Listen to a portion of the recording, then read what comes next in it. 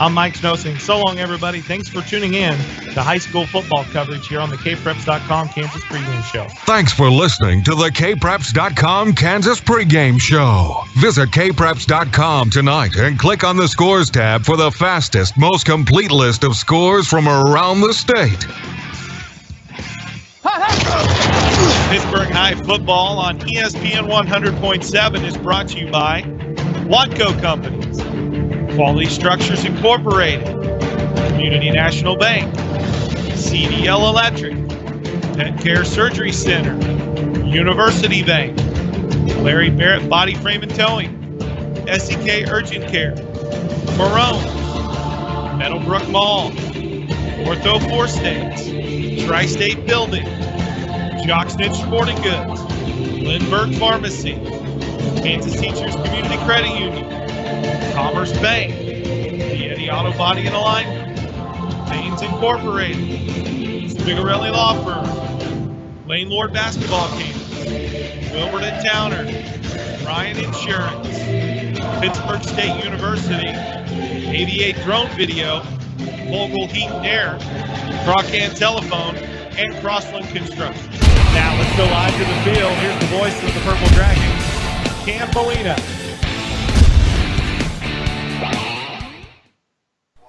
And we welcome you to a picturesque evening in Pittsburg, Kansas. The Pittsburg High Purple Dragons football team is primed for their second game of the season as they welcome in former Southeast Kansas League opponent in the Chanute Blue Comets. Hello, folks. We welcome you to ESPN 100.7, your sports headquarters, with our fantastic Shelby White back at our KHQ studio alongside Avi Sharma. I'm Cam Molina.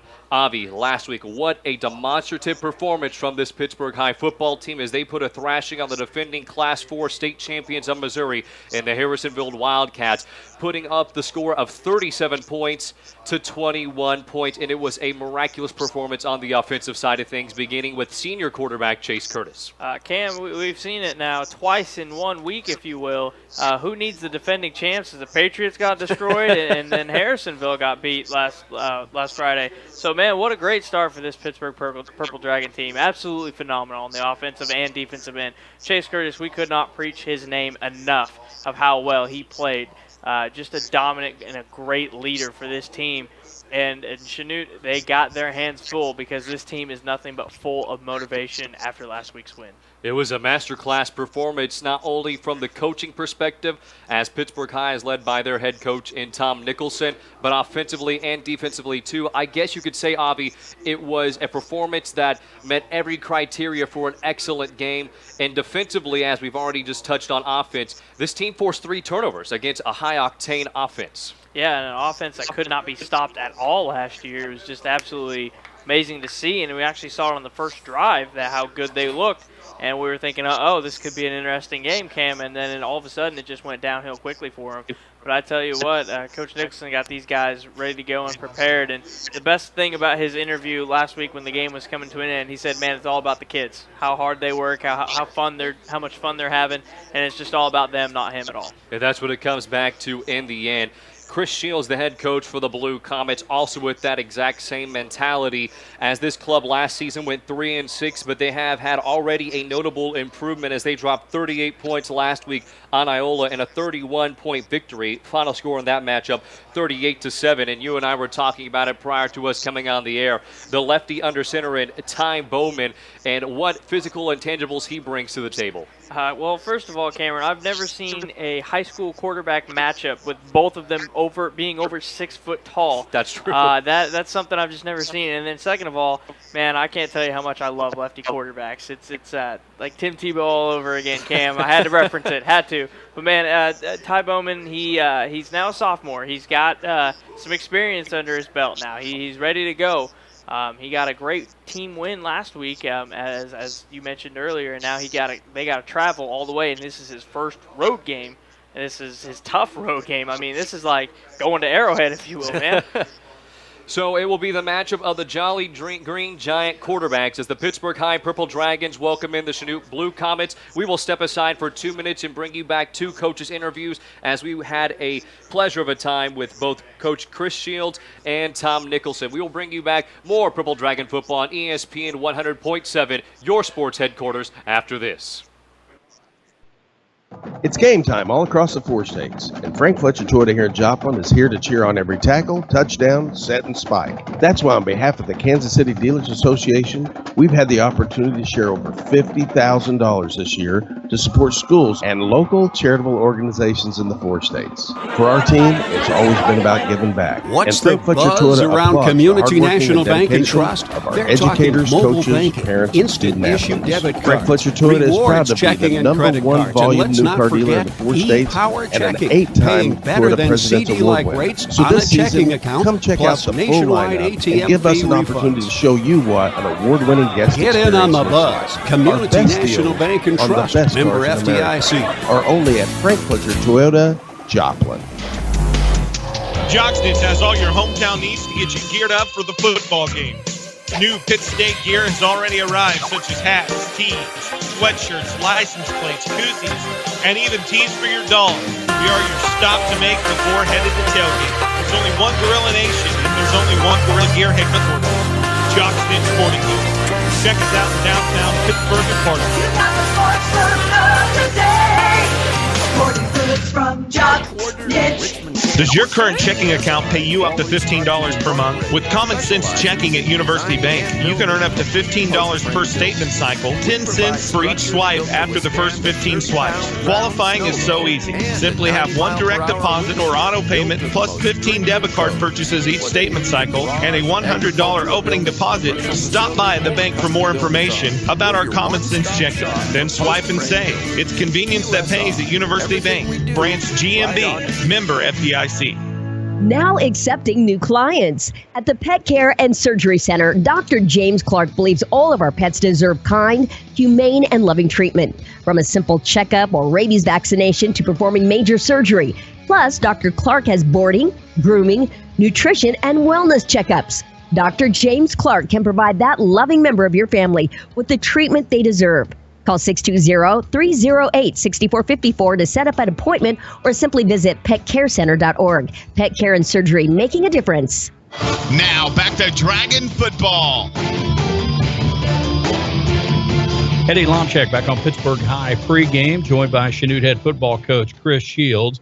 The Blue Comets opened their season last Friday with a 38-7 win at Iola as they get set for tonight's game here in Pittsburgh. Here's Coach Shields talking about the performance of the Blue Comets 1 week ago.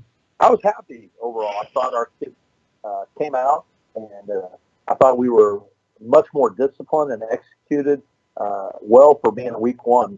One of the things I was most impressed with, we just had 2 penalties for 17 yards. So I thought we did a good job of a lot of times I tell kids, especially week one, a lot more teams lose week one than they win it. Just you're not prepared for a situation. Something comes up, you're not, you didn't go over this or you didn't get to that. And so I thought we were well prepared for our week one matchup, and our kids went out, did a good job going out executing. I want to start with the defense because if you just give up 7 points, it's going to be tough to lose ball games. I don't know what your expectations are on that side of the ball, but what kind of a team do you think you can ultimately be on defense? Yeah, I think we can be a good team defensively. I think we've got kids that have been in the system for a couple years now. We've got a lot of kids coming back that have some experience playing on both sides of the ball, but certainly on the defensive side of the ball. And ultimately, what you want on defense is just it's 11 guys getting to the ball in a bad mood. That's really the key. There's not a whole lot of QSI Quality Structures Incorporated specializes more in one. designing Ball, and get ball building kind of complete post-frame buildings.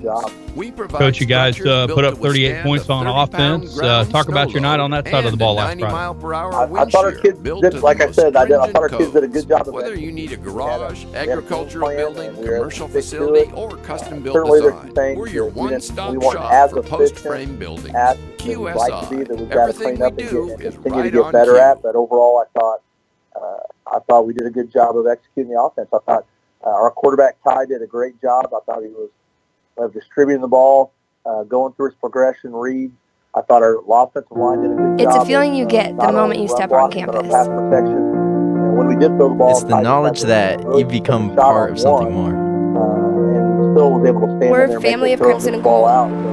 So overall, I thought we did Every well. day we challenge ourselves to achieve Definitely more. need to improve on. The reason why we're here is to make a difference. Worked on those things. Everybody wants to stand out. Without standing apart. This week than we did last You week. belong. At Pittsburg Ty State Bowman, your University. quarterback. I know you talked about him at our media day back in early August, and just a sophomore, but obviously physically has grown quite a bit from a year ago. Talk about what all he brings to the table for you and your expectations of him, although still a very young player. Sometimes I forget and that he is a sophomore, and I have to remind myself that he is. He's only been in high. It's his second year of high school, and because he doesn't have that mentality, he doesn't carry himself like a sophomore. He carries himself like a kid that's been a 4-year starter as a senior, and does a great job as a leader. Voted as a captain as a sophomore, which I thought was used by his teammates. I think that just speaks to his hard work and commitment. Does a great job of leading by example. He's at everything we asked him to be at. Always running. He's out in front in the sprints. He's one of the guys out in front. If he's not first, he's right there when we're conditioning. And I think he's only going to get better as a verbal leader. As he becomes more comfortable in that role, he's already doing a better job of just taking command and verbalizing the guys and communicating in the huddle at the line of scrimmage, making sure, one of the things in camp, and, I made him make all the protection calls. I put it on him. We call that throughout the game, but he knows. I want him to know where we're supposed to be up front. So, I made him make all the protection calls in camp and even, through 2-a-days, and he did a great job of that just so he understands, where we're short a guy maybe or where he's got to get the ball out. And like I said, he's handling it, very well. Coach, in terms of all that stuff, it's the third year for you over there. And so I know a pretty lean situation your first couple of years as far as wins go, but talk about the progress and how you feel where you are as a program now that some of these kids have been under you for a couple of years. I say this with a grain of salt, but it's the truth. And I tell our kids all the time, you're not always going to like what I tell you, but I'm always going to shoot you straight. And so I can honestly say we're better now than we've ever been at any point over the last 2 years. I mean, even going into week one, we're better just from an execution standpoint, just from our understanding of the offense and defense. Now, are we where we want to be? Absolutely not. We understand that our kids are hungry. They know there's things, even after Friday, there's things that we can do better. We're still not playing our best football. I think our best football is in front of us. And part of that is we got to stay healthy. We're not super, super deep. We don't have 86 kids like a Pittsburgh does. So it's important that we stay healthy, but at the same time, I like the way our guys compete, and I like where we're at. Like I said, I think as much as anything, like I said, going back to just the 2 penalties, I thought that was huge for us the other night. We would have, just from a mental preparation standpoint, we're further ahead than we've ever been.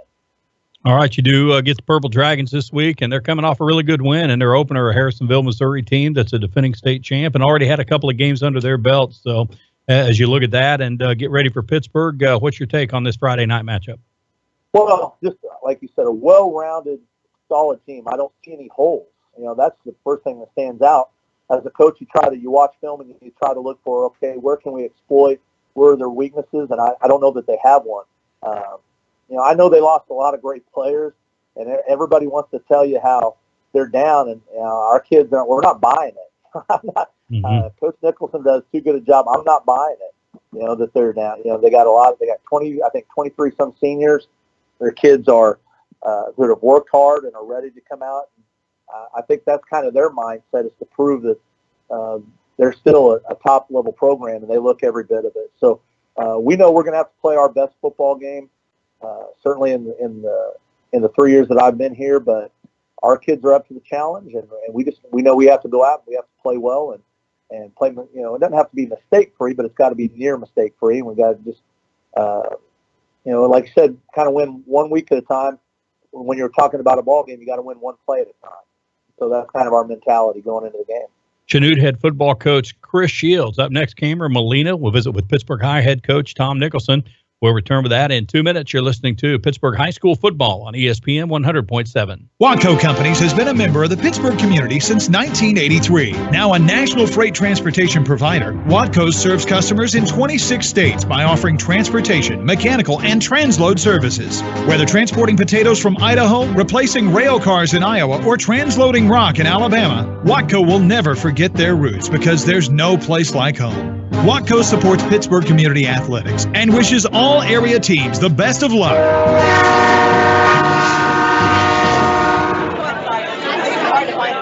What's the buzz around Community National Bank and Trust? They're talking mobile banking, instant issue debit cards, rewards checking and credit cards, and let's not forget e-power checking, paying better than CD-like rates on a checking account, plus nationwide ATM fee refunds. Get in on the buzz. Community National Bank and Trust, member FDIC.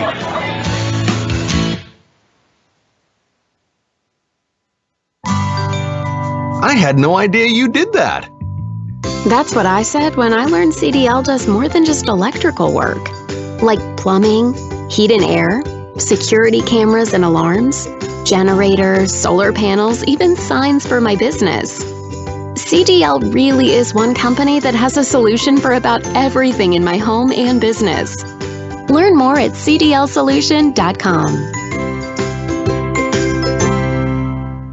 Paynes Incorporated in Frontenac is the driveline specialist. Paynes handles all driveline repairs for cars, trucks, four-wheel drive vehicles, and farm equipment. Paynes can also handle any general machine work and offers 24-hour wrecker service. Call Paynes anytime, 231-3170. Paynes Incorporated is located at the intersection of West McKay and Highway 69 Frontenac Junction. Paynes Incorporated in Frontenac is the driveline specialist.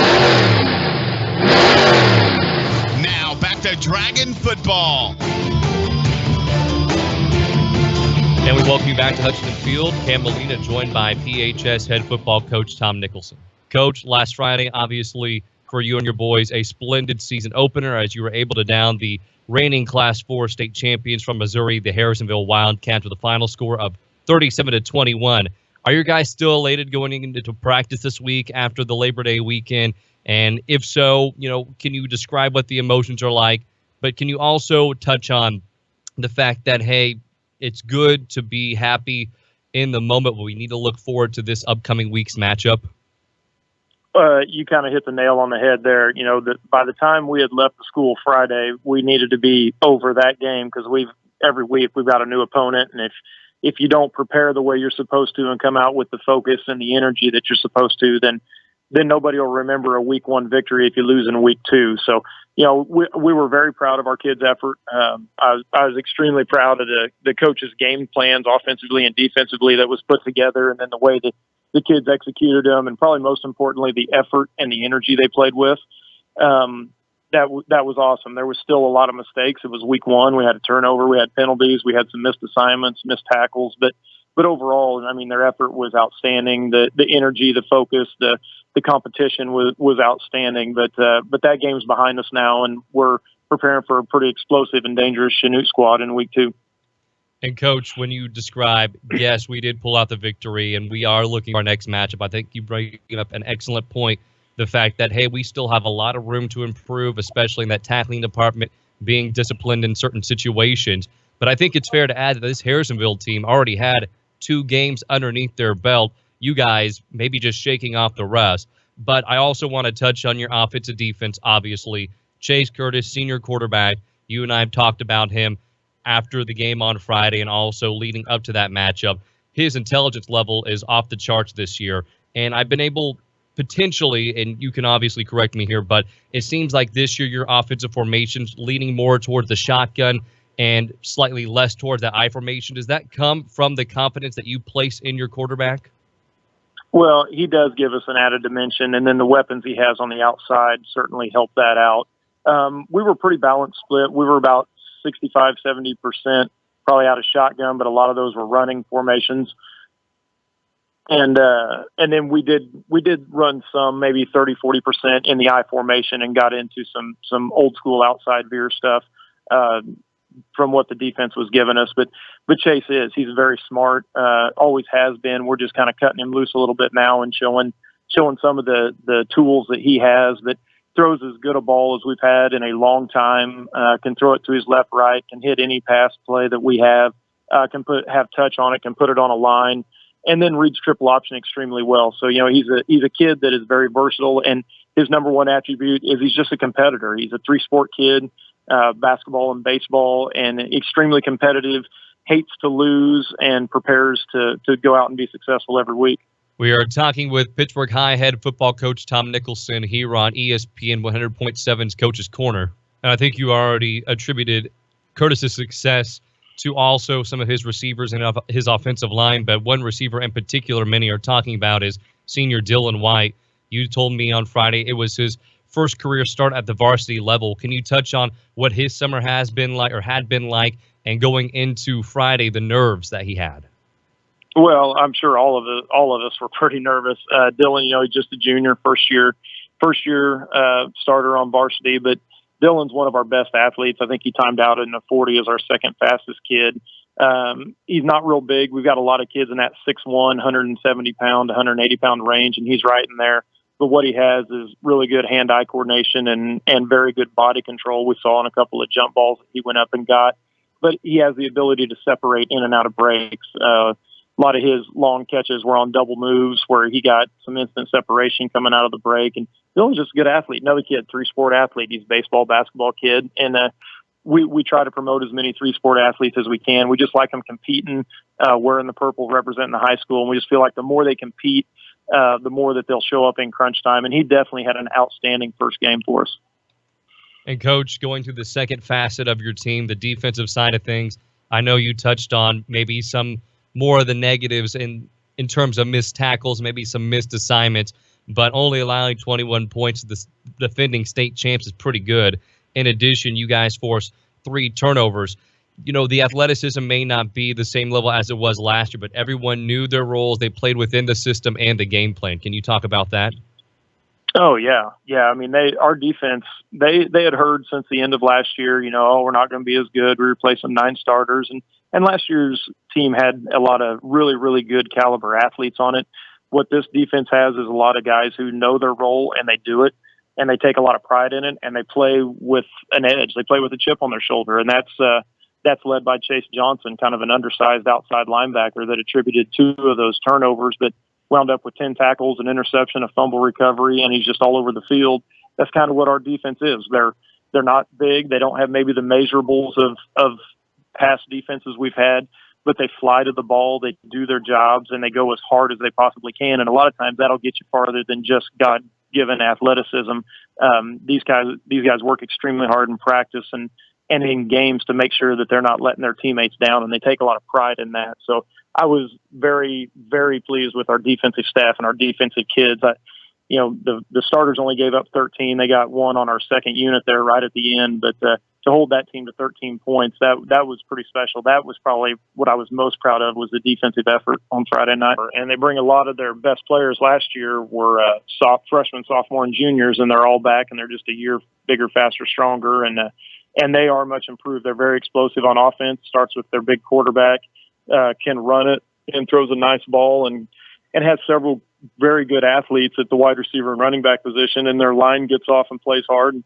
And then those same kids are playing defense. They can run, they can move, and it's a very athletic team. They are much improved from last year, and I know they're going to come in here with a lot of confidence and looking to knock us off. Chanute's been the last SEK school to beat us consecutively. They beat us 2 years in a row a few years back, and they were the last ones to do that. So they've always played us tough. For whatever reason, they play us tough in every sport, so we'll have to come ready to play. Once again, that was PHS head football coach Tom Nicholson. We will return you with more action here on ESPN 100.7 and the Coach's Corner right after this. Now accepting new clients. At the Pet Care and Surgery Center, Dr. James Clark believes all of our pets deserve kind, humane, and loving treatment. From a simple checkup or rabies vaccination to performing major surgery.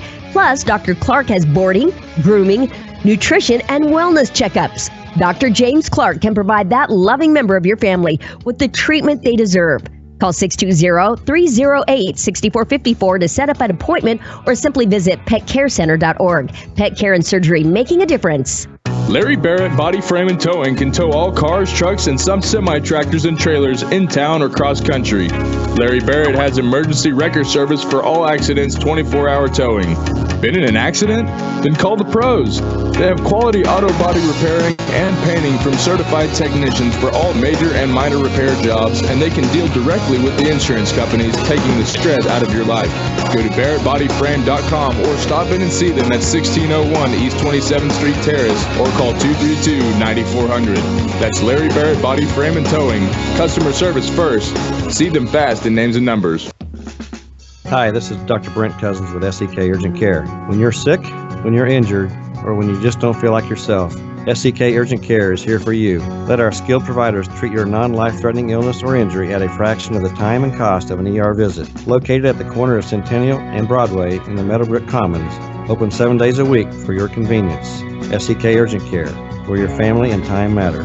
Find us fast in names and numbers.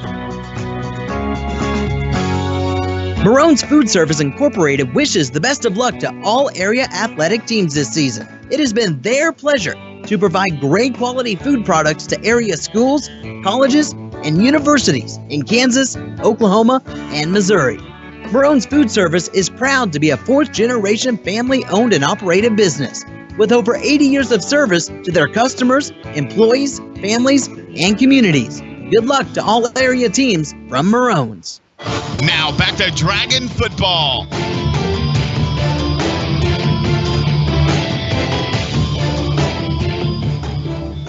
And the purple-cloaked fans of Pittsburg High School on their feet, awaiting for their boys to fall to march out of the giant inflatable purple helmet located towards the southeast end of Hutchinson Field. If you are just joining us on ESPN 100.7, our live stream on the KSHQ app, as well as on YouTube, we welcome you in alongside Avi Sharma with the always terrific Shelby White back at our KSHQ studios. I'm Cam Molina. Make sure to keep up with all the action in the surrounding area. Make sure to follow us on Twitter at ESPN 1007.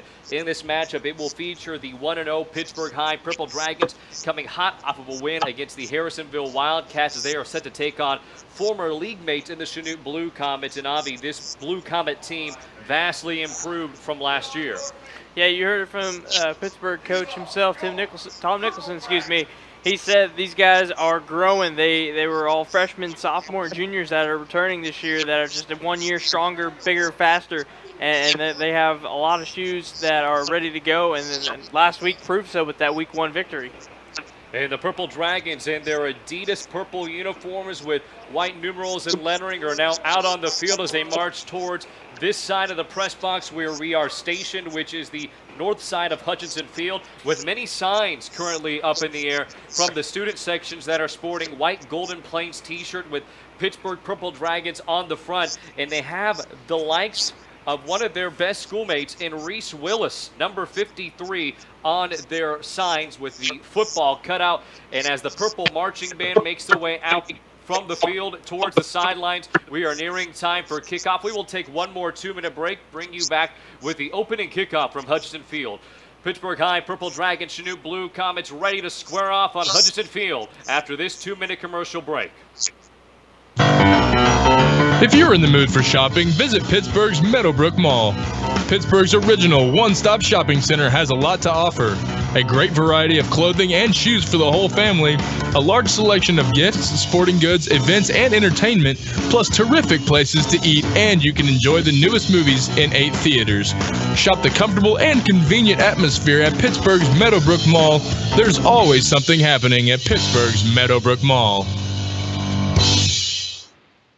Advanced technology, comprehensive quality care. That's Kanar Eye Care. We have the newest technology, but we never lose sight of what's most important, our patients. Eye care has changed dramatically in recent years, and we've been there for you every step of the way. At Kanar Eye Care, patients spend time with doctors. Total eye care from contact lenses, including bifocal contacts, treatment of disease, and surgical co-management. Kanar Eye Care, the clear choice. Find them fast in names and numbers. Welcome to Orthopedic Specialists of the 4 States. Neck to toe, the largest and most comprehensive orthopedic and sports medicine care group and facility in the region, only minutes from downtown Joplin. Unlike the hospital system, Ortho 4 States was founded and is operated by board-certified and fellowship-trained orthopedic doctors and surgeons, focused on a mission to restore patients' quality of life and eliminate the pain and suffering caused by injuries and disorders of the spine and joints. Uniquely structured to cater to patient benefit, convenience, and choice, Ortho 4 States doctors, physical therapists, physician assistants, and nurse practitioners all work together to provide compassionate and very personalized care, but with state-of-the-art orthopedic techniques, equipment, and a facility only expected to be found in major cities. Orthopedic specialists of the 4 states, bringing personalized world-class orthopedic care to the 4-state area. Thank you, Ortho 4 States, for fixing my spine and letting me cheer again. Now back to Dragon football.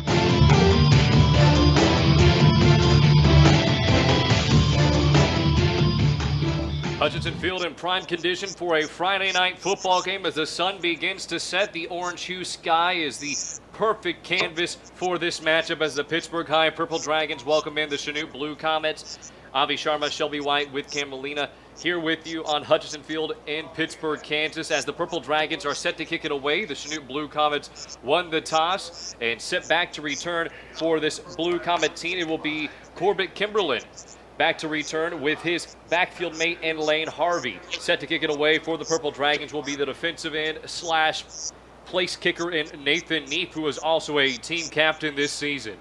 Neef will place the tee at the 40-yard line and also begin to set the pigskin on there. Avi, if there was any key for Pittsburgh to win in this matchup, what would it be in your opinion? Just the same thing they did last week, Cam. Defense wins championships, and that defense played absolutely phenomenal last week. If they want to do it again, their defense is going to have to play stout just like they did. Week 2 of Kansas football action set to begin as Nathan Neep puts his left arm out, looks to the left side of the special teams unit, and the purple-cladded Purple Dragons kick it away as the football takes a hop at the 10-yard line, and then the ball will squeak out of bounds. It was not past the pylon, so the ball will be placed in prime field position for the Chanute Blue Comets out of the gate. And Avi, Ty Bowman, the lefty you had talked about in our pregame show, looks to be in the zone for a good year. Yeah, absolutely. I mean, I'm still baffled by the size of these quarterbacks, Cameron. I don't know how this kid's going to have any problems. He definitely is not going to have any problems looking over his offensive line anytime soon. But, you know, I'm excited to see how good this offense can do. But, again, this defense was stout last week. Let's see if they can do it again. And you talk about that offensive line, Avi. The big left tackle for this team is Braxton Reed, who checks in at 6'4", 250 pounds. The blind side is more than well protected for Bowman. Bowman will begin the offense with a pistol formation. He has a 3 wide receiver set, 2 towards the near side of the field. The furthest receiver in Kimberlin. Bowman from the shotgun formation, full-on blitz coming his way. Bowman has to quickly get it out, and it throws an incomplete pass. Good job in the secondary on the coverage with Brett Weimers. Well, there you go. First play. What else? Bring the house, if you will. They came in hot, and they almost got to him. Luckily, got that boy away was Ty Bowman. The intended target on the play was Lane Harvey, and Jarek Butcher, the linebacker for this team, who also had a pretty good outing against Harrisonville, brought a lot of the pressure as, again, it's a 3 wide receiver set from the pistol formation. Bowman claps his hand. It will be an option read. He has the ball to his left hand, pitches it towards the outside, scraping towards the boundary, and is now pushed towards the Purple Dragon sideline is Jack Richard, the senior halfback. We saw how the speed option ran last week for both the Dragons and for Harrisonville, as the speed option was just not a key factor on the outside. However, it was more towards the inside. So a 3rd down and 6 as this drive started from the 35-yard line following the errant kick by Neef. Spread formation for Bowman as he has 4 wide receivers. Lone back is Richard. Pressure coming. Bowman has to get out quickly. Johnson has a one-handed interception. He corrals the football towards his left hit. He's at the 20, the 15, the 10, and he will waltz into the end zone for the game's first touchdown as Bowman was absolutely lambasted. Well, there it is again. This time it was a backside blitz that got to the young quarterback of Ty Bowman, and Bowman wanted to get rid of it immediately, hit as he threw it, and up in the air, and just an easy one-handed grab for Chase Johnson as he took it to the house. And Chase Johnson gallops nearly 40 yards for the pick six, and that will propel Nathan Neef out onto the field for the point after attempt.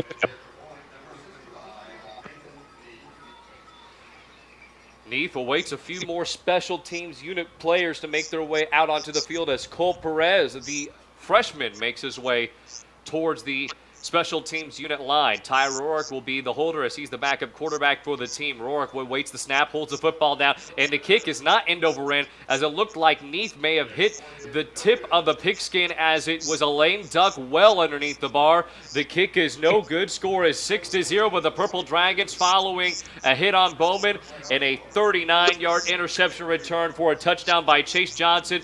Puts the score at 6-0. We will step aside momentarily and bring you back more action from Hutchinson Field in Pittsburg, Kansas. You're listening to the home of Purple Dragon football on ESPN 100.7, your sports headquarters. Jocksnitz has all your hometown needs to get you geared up for the football game. New Pitt State gear has already arrived, such as hats, tees, sweatshirts, license plates, koozies, and even tees for your dog.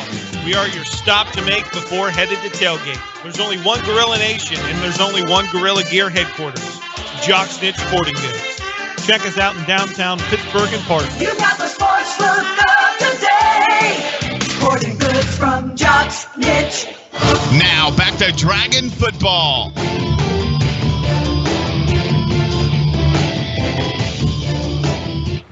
Chase Johnson turned on the accelerators following an interception where he picked off the sophomore Ty Bowman as he was absolutely blasted from his blind side, and it was a return of 39 yards for a touchdown. However, Nathan Neef unable to convert the point after attempt, so 6-0 the score with 11:42 remaining in the first quarter of action. All it took was a measly 18 seconds for the Purple Dragons to get on the board as Nathan Neef's oscillating kick goes to the back of the end zone, and it will be a touchback as the Blue Comets offense makes their way back out onto the field. And 4 turnovers already forced on the season by this Purple Dragon team, Avi. What a way to start this game. 18 seconds in, Cam, and they're already got a score for Chase Curtis and company on that offensive end. Chanute, who started their original drive from the 35-yard line, will begin their second offensive series from their own 20 with 11:42 remaining in the first quarter. 3 wide receiver set. Man comes in motion off the near side and trying to barrel forward from additional yards will be Briley Peavy, the sophomore wide receiver, as he picks up just about 3 yards. A very young team with this Blue Comets is They are figuring out the spread offense, running a great formations that basically almost every high school and college teams normally run nowadays. A correction, Peavy loses yardage on the run. It will be a 2nd down and 12 from the 18-yard line of Chanute as they have a 2 wide receiver set.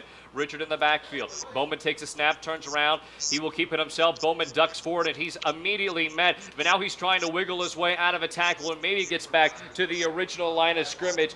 On the play defensively was Brandis Evans, the middle linebacker. It seems that nothing is going the way for the Chanute Blue Comets as this Pittsburgh D continuing their dominance as a huge 3rd down and 11 early for Chanute. From their own 19-yard line, the Blue Comets look towards their head coach, Chris Shields, who is barking out orders. And there is another Purple Dragon official, or I beg your pardon, another Chanute official who's waving his right hand trying to conduct the offense. It will be a 4 wide receiver set offset towards the far side of the field. From the 19-yard line, the white-cladded Blue Comets look up. Bowman delivers a strike, and it's an incomplete pass as Lane Harvey was the intended target. He was static on a hitch route, but immediately popped from behind by Brett Weimer's. Incomplete, sets up a 4th down and 11. Yeah, so far, 0 positive yards for Chanute right now as they are struggling against this Dragon team. Instead of trying to spread out the field, still nothing going on. So now 4th and 11, got to punt it away. So we will see a Blue Comet punt for the first time in this contest. Set to kick it away will be Peavy.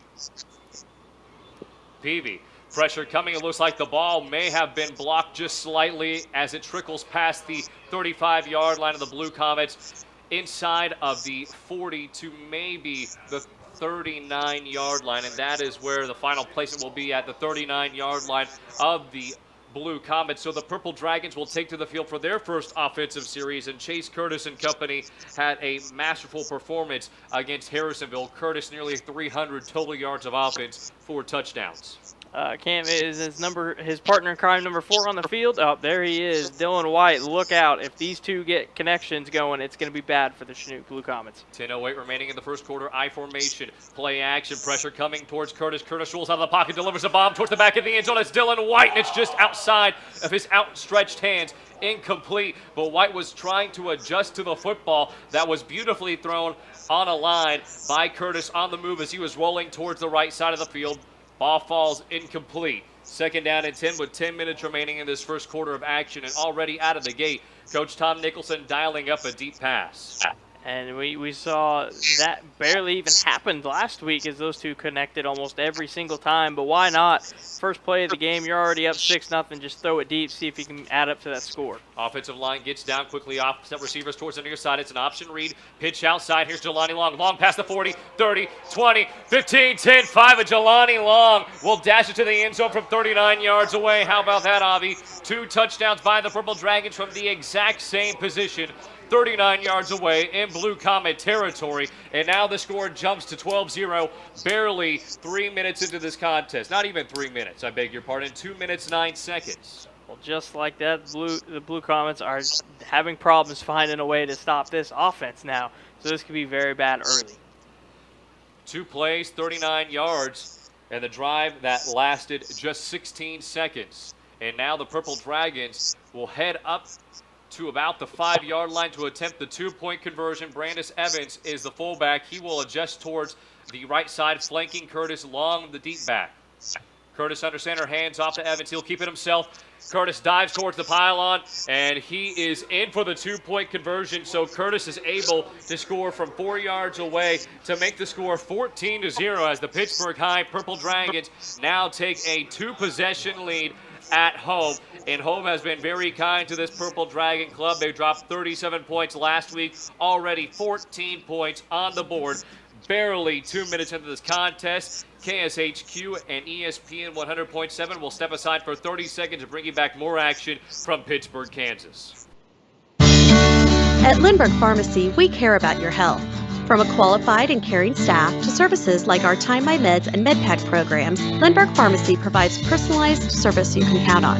Refill prescriptions online at lindberghpharmacy.com or on your smartphone with our free Lindbergh Pharmacy mobile app. You can also sign up for our text alert program and we'll text or email you when your prescription is ready. Can't make it to us? We'll deliver your medications right to your door. Lindbergh Pharmacy, now 2 locations to serve you. Now back to Dragon football. Back with more Purple Dragon football on ESPN 100.7, your sports headquarters. Nathan Neves ensuing kickoff following the Jelani Long 39-yard touchdown run. Skips past the 15 to the 10-yard line. Ball scooped up by Harvey as he will tap dance in the backfield and make his way maybe to the 18-yard line in his own territory as a third offensive series for the Blue Comets is set to take place. Avi, we look at the last 2 drives for the Blue Comets. How about a 3-play drive, the first timeout, an interception returned by Johnson for a touchdown, and then a 4-play drive that resulted in a punt. Purple Dragons took over from the Chanute 39-yard line, and then just 2 plays for Jelani Long to accelerate towards the end zone to make the score 14-0 with 9:45 remaining in the first frame of action. And Cam, we talked about it. This place is tough to play at. I mean, look at this crowd filling up almost every seat you can possible. It's going to get loud. It's going to get crazy, and you know that's going to affect the sophomore quarterback in Ty Bowman. Student sections decked out in their white attire on their feet as Bowman lines up from the pistol formation, and he will have a 3 wide receiver set. And the line nearly went early, but it will be a handoff from Bowman to his halfback that continues to plod forward as he carries 3 different Purple Dragons defenders for nearly an 8-yard gain as Gage Leedy with the run. First positive play for the Blue Comets. Gotta like that as was a read option. Great handoff by Bowman to his running back, number 21, as it was Gage Leedy who got a good chunk of yards right there. Hurry up offense. Bowman already down on the line. There are currently 7 in the box for the Purple Dragon as Bowman feels the pressure, tries to deliver a strike over the top. Incomplete pass, but a flag comes in late. from the side official toward the press box side of the field, which is our north side. And it looks as if getting there early on the play was Joel Kafka, the junior. Yeah, this looks like it's going to be a pass interference call on the Dragons as it is, and so that will move the chains automatically. So a little confidence booster here for Chanute now. See if they can get this drive going and get on the board. So Kafka commits the penalty, and that will be an automatic first down. And now after the white cap official made the first signal that it was a pass interference, he does it again, and it doesn't look like the chains have moved yet. And I think the officials are going to count out the steps needed in order to make this a 15-yard penalty. And actually it will be the 10-yard variety, I suppose. So it will be a 1st and 10 from Chanute's own 38-yard line following the penalty by Kafka. Here is the third play of the drive as Bowman comes out in a offset formation as he has Leedy in the backfield. Richard to his left, and he's nearly the up back. Pressure coming from the right side will be an option read again, and handing it off to Leedy was Bowman, and Leedy maybe scrapes out a yard. That time on the read option, Leedy had nowhere to go as he was just gobbled up by the Dragon D-line, and now it's 2nd and 11. So after a loss of 1, it's back to the drawing board for Coach Chris Shields. Coach Shields has done an excellent job taking this program and making it his own. First season, only 2 wins. Last season, 3 wins. And I think this team is primed for an even bigger season. 3 wide receiver set, man in motion. Ball popped up into the air by Jarek Butcher. He is unable to wrangle in the football as it falls incomplete, setting up a 3rd and long. And saw the reaction of Butcher. That should have been an interception. The second one of the day just came out of the hands. I guess he really wasn't expecting that pass to come right at him instead of above him, as Butcher a little mad at himself, but now a 3rd down and see if these Dragons can get him off the field. And Butcher dropped back in his zone. He was really playing the curl route underneath, and Bowman trying to deliver a forceful pass. It is a 4 wide receiver set, all spread out wide. Nearest receiver is Harvey. Bowman takes the snap. He'll look left, immediately looks right. It'll be a wide receiver screen, cutting towards inside of the hash marks and trying to rumble forward for additional yardage was Kimberlin, but Kimberlin has stopped way short of the first down marker, maybe a pickup of 5 yards, which will bring up a 4th down and about 6. So it looked like a pretty good screenplay. It wouldn't have done the job from 4th and 11 out. If they were about the 4th and 5, they would have for sure got the first down. It was just something to get get the young quarterback some get going, if you will, Bowman. So back to kick the football for this Chanute Blue Comet team again is Peavy. Peavy has extra protection awaiting, and the punt sails high with the monolithic lights hanging over Hutchinson Field, allowing the ball to bounce is Ty Rourke as the ball will trickle towards the bowels of the end zone. So it will be a touchback, and the Purple Dragons will resume their offensive onslaught as they already scored a touchdown on the ground. And in addition, they have an interception return for a touchdown. 7:37 remaining in the first quarter of action. 14-0 the score as Coach Tom Nicholson's team already jolting out to a 2-possession advantage. Well, a little unfamiliar territory here in the first quarter for them as they have yet to see the offensive team come out on this side of the field now. So they'll be at the 20-yard line. We'll see if they can get 80 yards. Chase Curtis will break away from his huddle as he escorts his offensive line down. Ty Cicero will make it a strong right formation as Curtis will take the snap. He'll try to flip it over the middle. He has Ty Cicero. Cicero's in between the hashes. He's at the 40, continues to gallop forward at the 30, and dragged down to the 25-yard line of Chanute, actually inside of the 25-yard line at the 24. However, there was a flag way back of the 20-yard line, and we can expect this one most likely to come back, Avi. Yeah, it looks like it's going to be a holding call against the Purple Dragons, and actually it looked like Chase Curtis and the referee were on the ground there. So yeah, Curtis and the white cap official took a spill back at the 15-yard line. I think Curtis actually ran backwards and bumped into the official, and he had a hard time getting himself off the turf, and he has no life alert around his neck, so there was no one else to assist him other than the senior quarterback. And now the penalty is being waved off, so a humongous gain for the likes of Ty Cicero. He picks up 50 yards and puts the Purple Dragons in prime position to score. Well, scratch that, Cameron. I just said we'll see if they can get to the other side of the field. That didn't take long, as now they are back to the 18, 19-yard line that early. 25-yard line, excuse me. So from the Blue Comet 25-yard line, shotgun formation for Curtis. He brings a man in motion coming from right to left on the play, and moving forward towards the left side following the handoff is an indistinguishable number 31. We do not have a 31 on our roster currently, so we do apologize for the inconvenience, but he came off the right side on a jet sweep as he was able to march forward and pick up 13 yards. Just your typical jet sweep motion, handover, and that's a great run right there to just move them even closer as now they're at the 11-yard line. There's nothing but positive yards for this Purple Dragon offense. Purple Dragons will have a 1st and 10 from the 11-yard line inside of the red zone. 2 wide receivers set. And a turnaround as Curtis looks as he gallops inside. He's at the 5, dive bombs into the end zone, and he is in for yet again another Purple Dragon touchdown as he was able to tap dance and pick through the Blue Comets defense en route to an 11-yard touchdown run. Calling his own number is Chase Curtis on that speed option as he made it look easy, fake the handoff and take it in for himself.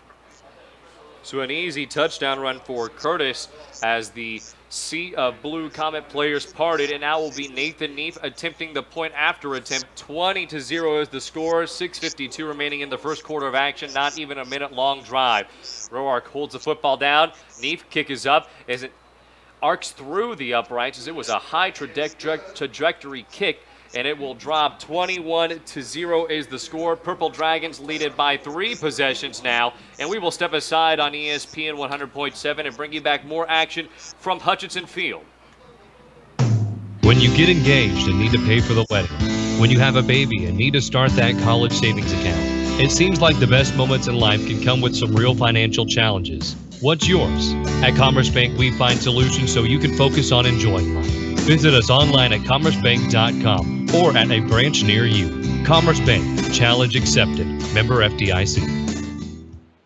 Now back to Dragon football.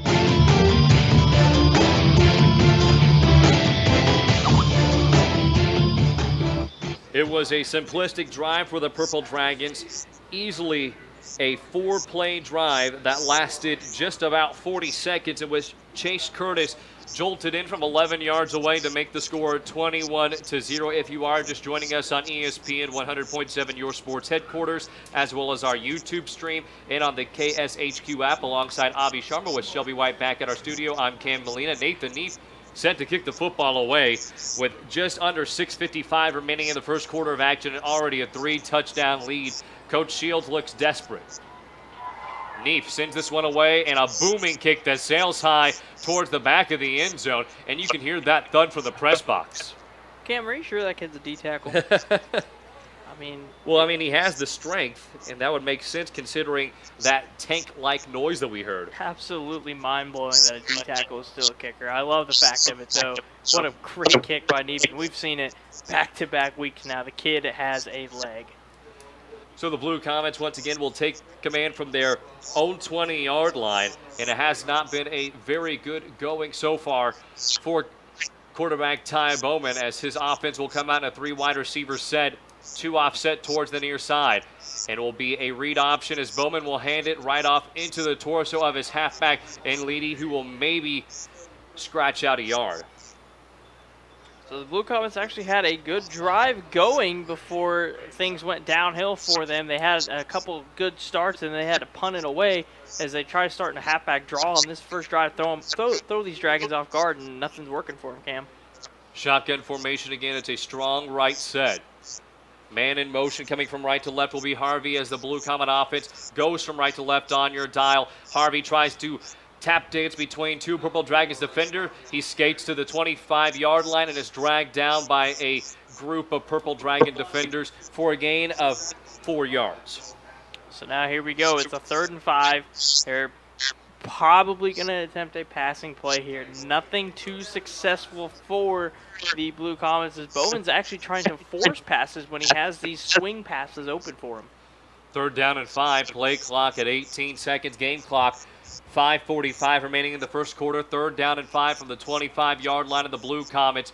2 receivers offset towards the near side of the field. Bowman will roll to his left side. He looks downfield. He's under duress, needs to get it out. He'll quickly toss it, and it bounces off the torso of one Purple Dragons defender. The ball was still up in the air. It looks like a second Purple Dragons defender came up with it, but it goes incomplete, as it appeared that the receiving Drew Rolfs, this senior defensive back, had the football but stepped out of bounds before he had full possession. Well, that could have been ugly even quicker right there, Cameron. That was almost another pick for this Dragon defense.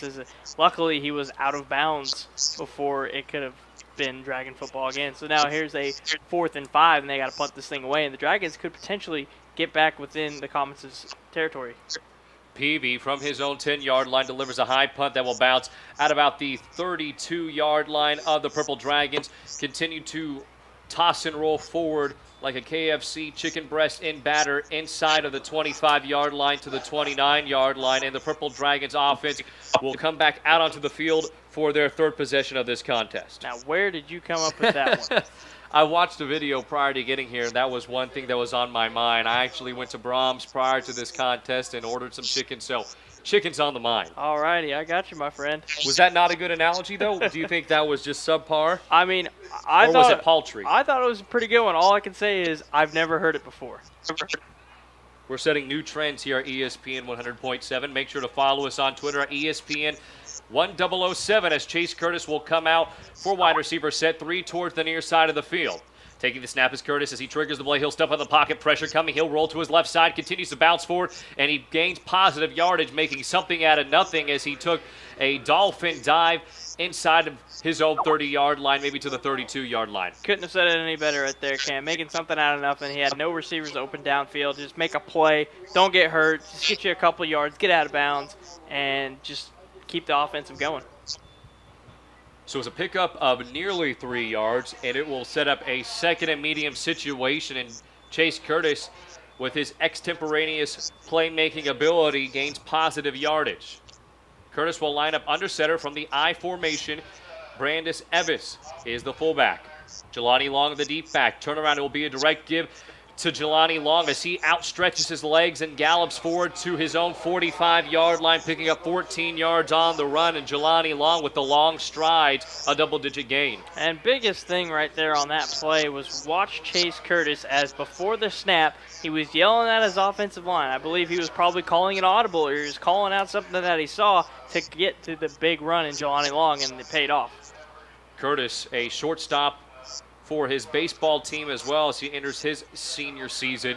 A very cerebral player. Not only is his intangibles noteworthy, but his mind is too. Curtis delivers a beautiful strike over the middle, but the ball is up in the air and a diving interception attempt that is good by Kimberlin in the middle of the field as Curtis delivers a line drive pass that was off the fingertips of Cicero, took a hop at the 40-yard line, but a diving Kimberlin making an exemplary play. The ball is officially spotted at the 37-yard line of the Blue Comets as they will take possession. Well, we saw this play earlier in the game. It was just a tight end seam down the field, and it was an easy grab last time. This time it was defended very well by the Blue Comets and then finally intercepted by Corbett Kimberlin. And now the Blue Comets see if they can knock on the door. 4:42 remaining in the first quarter of play. Purple Dragons lead 21-0. Here is the 5th drive of the first quarter for the Blue Comets. Under center will be Bowman. Bowman tries to deliver a quick hitch route strike as he finds his primary man on the play, Emma Hernandez.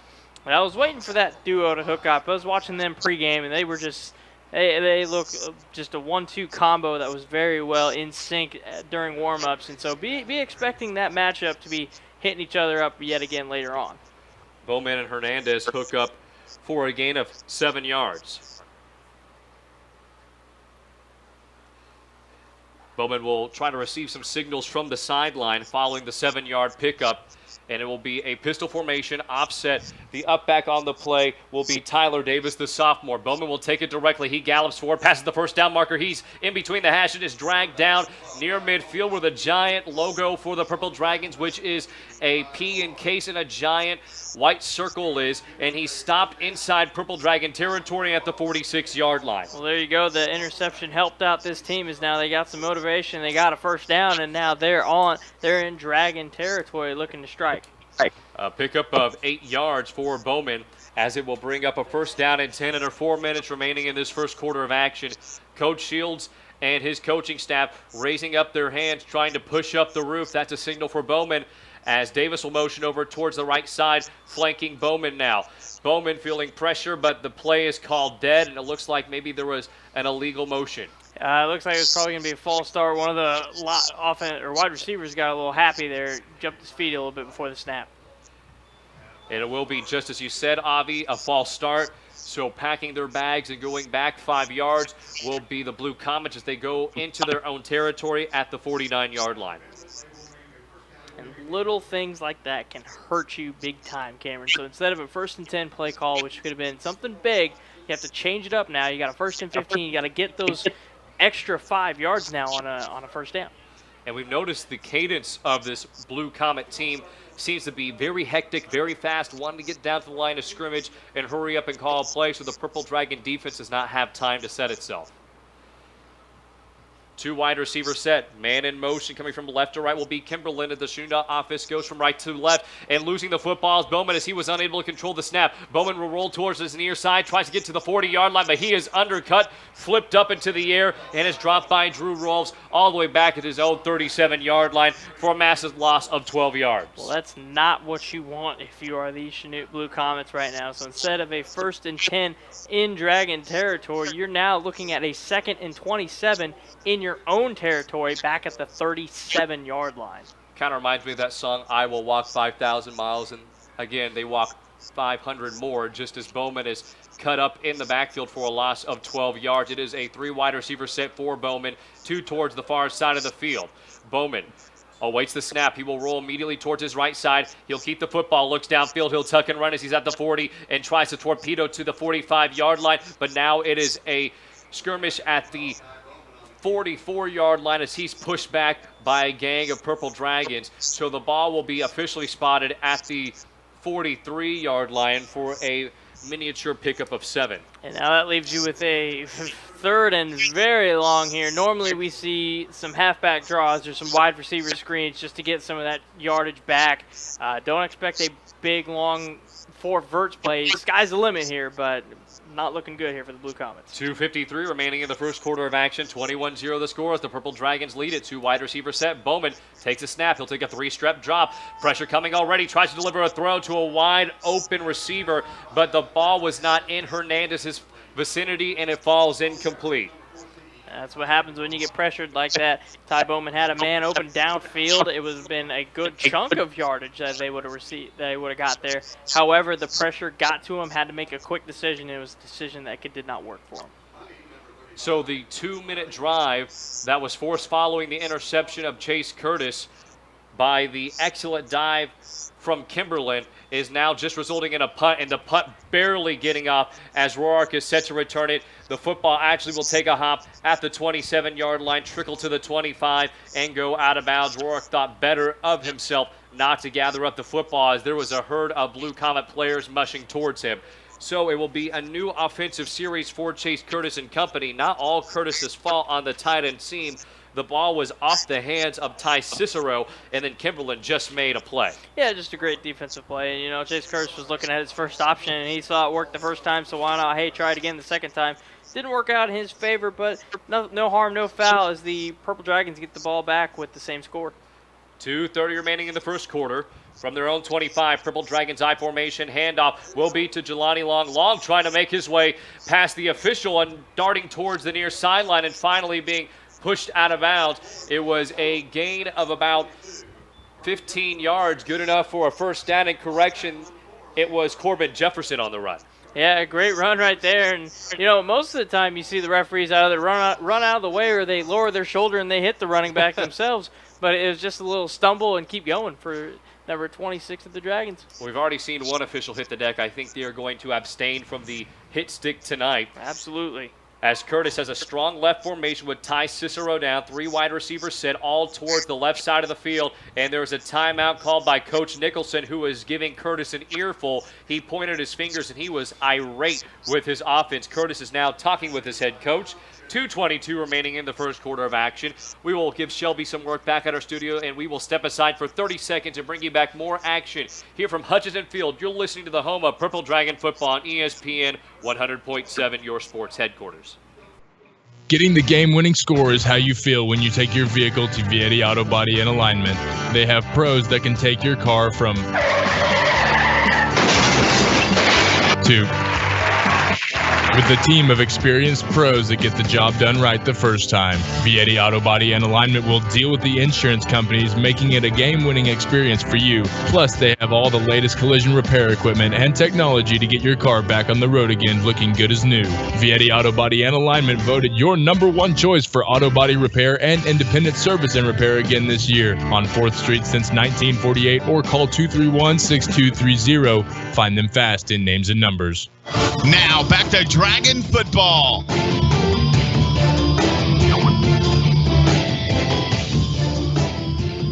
21-0 the score. The Purple Dragons already having a phenomenal evening at home. Second game of the season against the Chanute Blue Comets, and we welcome you back into ESPN 100.7 if you are just joining us on the dial or on our YouTube stream, in addition to the KSHQ app.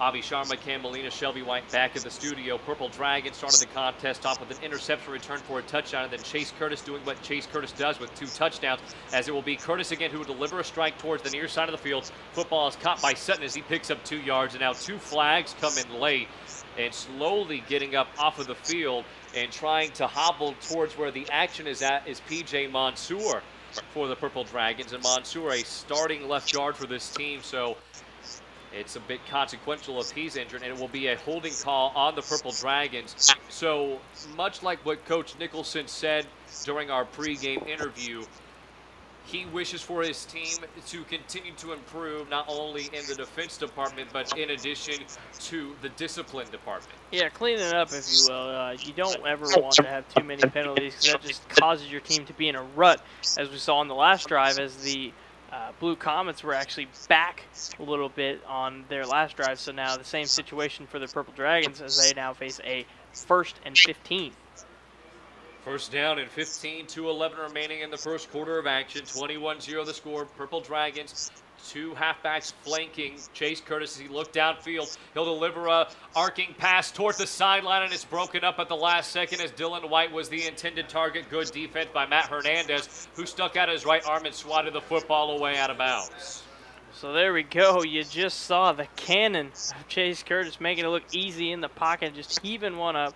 You know, you got basically a free play there, just throwing one up to his #1 guy, and just a great defensive battle as it was. Matt Hernandez swatting it away, the senior. And Hernandez, the safety on the play, luckily he was there as Dylan White beat the cornerback on the play. 3 wide receivers set, long in the backfield. Near side receiver on the play is Rolfs. Curtis with pressure coming, finds Sutton on the wide receiver screen. He's past the 40 and is wrapped up around the ankles. Good open field tackle made by Kimberlin before that play transpired into more yards. I always love that play, watching the Seahawks run that. It is a read option, and if it's not there, they go ahead and throw the bubble screen. And so nothing doing on the inside, and then the Dragons have found their receiver on the bubble route and got it to him. Good for 7 yards, bringing up a 3rd down and 8. And the Blue Comets have not brought a lot of pressure, and it will be an official timeout, as making his way off the field for this Blue Comet team is Quallen Powell, the starting right tackle. And that will force a substitute to make his way out onto the field. Powell was holding that right hand. Something was going on there as a couple trainers looking at him, making sure he is all right. He's grieving in pain over there. So writhing in pain on the sideline from our perspective, as the starting center for the Blue Comets and Hunter Leiden will take the position of Powell on the defensive line. 3rd down and 8, Curtis hikes up his left leg. 2 wide receivers set.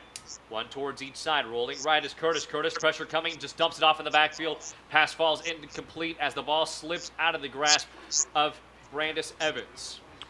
So just a fake left look right halfback screen, and it was just not there as the pressure got to Chase Curtis, and he had to quickly throw it to his running back, who was not ready for it, and it ended up being an incomplete pass.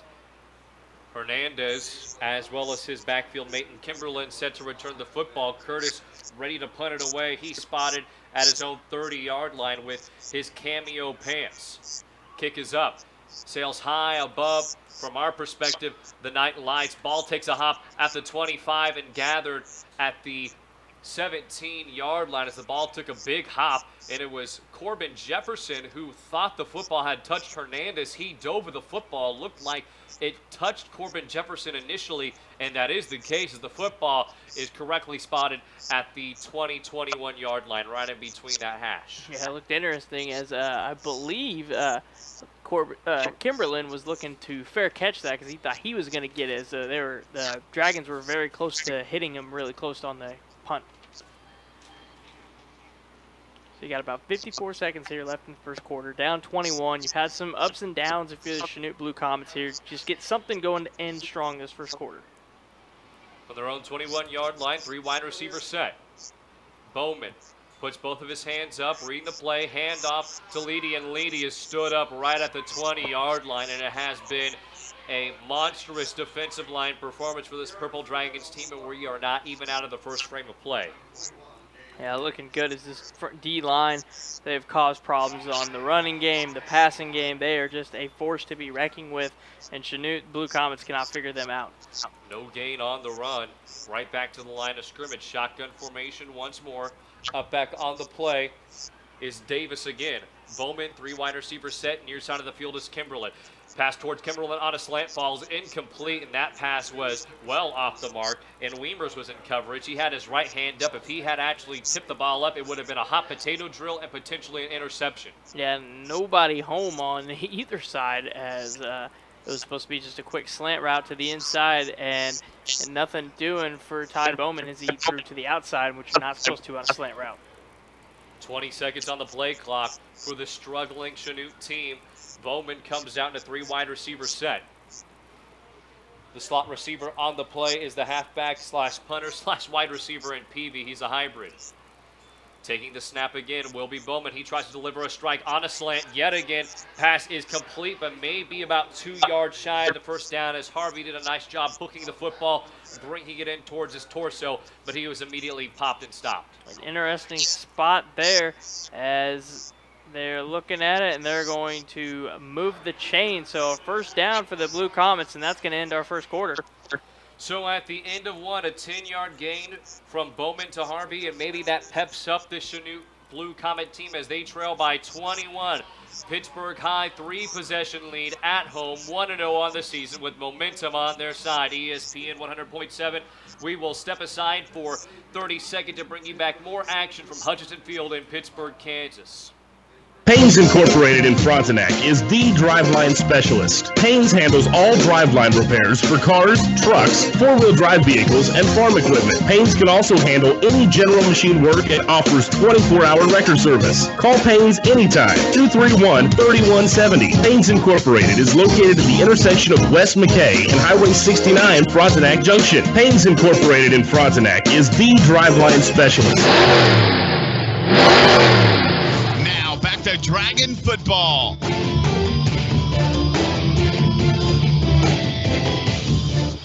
And we will bring you back more action here on ESPN 100.7 if you are just joining us on our KSHQ app, on the dial, or on our YouTube stream. Alongside Avi Sharma back at our KSHQ studio is Shelby White, and I'm Cam Molina. 21-0 the score as Pittsburg High comes out in a demonstrative fashion, making a statement with an interception return for a touchdown by Chase Johnson to begin the contest, then a Gelati Long 39-yard rushing touchdown on the first offensive drive for this Purple Dragon team, and then Chase Curtis capping off an extended drive for an 11-yard touchdown. Blue Comets picking up a first down following a slant play as Bowman and company hopefully seeking a stride of offense here. Yeah, they got a first down right before the quarter ended, and now they're going to try to strive off of that, get something going, and just start a new quarter, if you will. Just ignore that what happened in that first quarter and try to bounce back. Bowman from the shotgun formation. Blitz coming right up the middle on the A-gap, and Bowman is immediately sniffed out, and he is being forced backwards as the clamps come on Bowman. And coming out of the fray, trying to break away from a few Chanute players, is Landon Conrad. Avi, one thing I've noticed in this Purple Dragon team from last year to this year, this team's a bit more chippy. Yeah, and maybe it's just swagger that they have. It's that confidence momentality, and just having that is just something you want, and it's just frustrating the Blue Comets as it was a quarterback draw and they blitzed it right up the middle, just predicted it, and it did not work out good for Chanute. Strong right formation for this Blue Comet team. Hernandez is down on the offensive line. It's a play action throw towards the far side of the field. Here is Kimberlin as Kimberlin takes a hop. He will gumshoe to the 35-yard line and is stopped inside the 35-yard line at the 37 as he was able to bolt forward for a gain of about 5 yards. Wide receiver screen, getting it to the outside. The two blockers did their job moving up there, so making it an easier third down, and indeed it is a 3rd and 4. Third and medium situation, signs coming from the sideline of the Blue Comets. 10:47 remaining in the half. 21-0 is the score. Blue Comets trail as Bowman and company look to narrow the margin. It's a 3 wide receiver set. Near side receiver is Lane Harvey. Offset back is Leedy. Running forward is Bowman using that 6'5 frame, and then he twirls midfield at the 45-yard line. Dive bombs to the 50-yard line, and he's right at the equalizer on the Purple Dragon logo. Well, there you go. The quarterback draw didn't work earlier, so they're going to try to attempt to run it again, and it was very successful as they actually got to move the chains, and they're right at the 49-yard line. And it was a gain of nearly 14 yards, and that will provide another first down and 10. Bowman with that 6'5 frame just as a sophomore, weighing in just under 200 pounds. He has a bright future ahead of him as Bowman will swing it out towards the right side of the field. Ball is thrown incomplete to Hernandez as it seemed that a defender for the Purple Dragons came off the left edge and got a hand on the football. That's what that pressure does to him, Cam. It's just a quick bubble screen that he tried to get it out too quickly, but however, the pressure causes that pass to be thrown, forcefully thrown, and is an incomplete. So Bowman and company with a 2nd down and 10 following the incompletion. Bowman with a 4 wide receiver set. Hernandez, the slot receiver, towards the right side of the field. Bowman looks left, delivers a throw up top. Ball falls incomplete, and it was good man-to-man coverage on the far boundaries. It looked like Ty Roark, the safety, slid over to help defend, and in addition on the coverage with Ben Bringer. Yeah, it was another play downfield where it could have been a possible good play throw up there, but again, the young quarterback of Ty Bowman gets pressured and has to throw it up, and nothing doing for him. Braden Letterman will head off to the sideline for the Purple Dragons team. It is a 3rd down and 10 following the incompletion.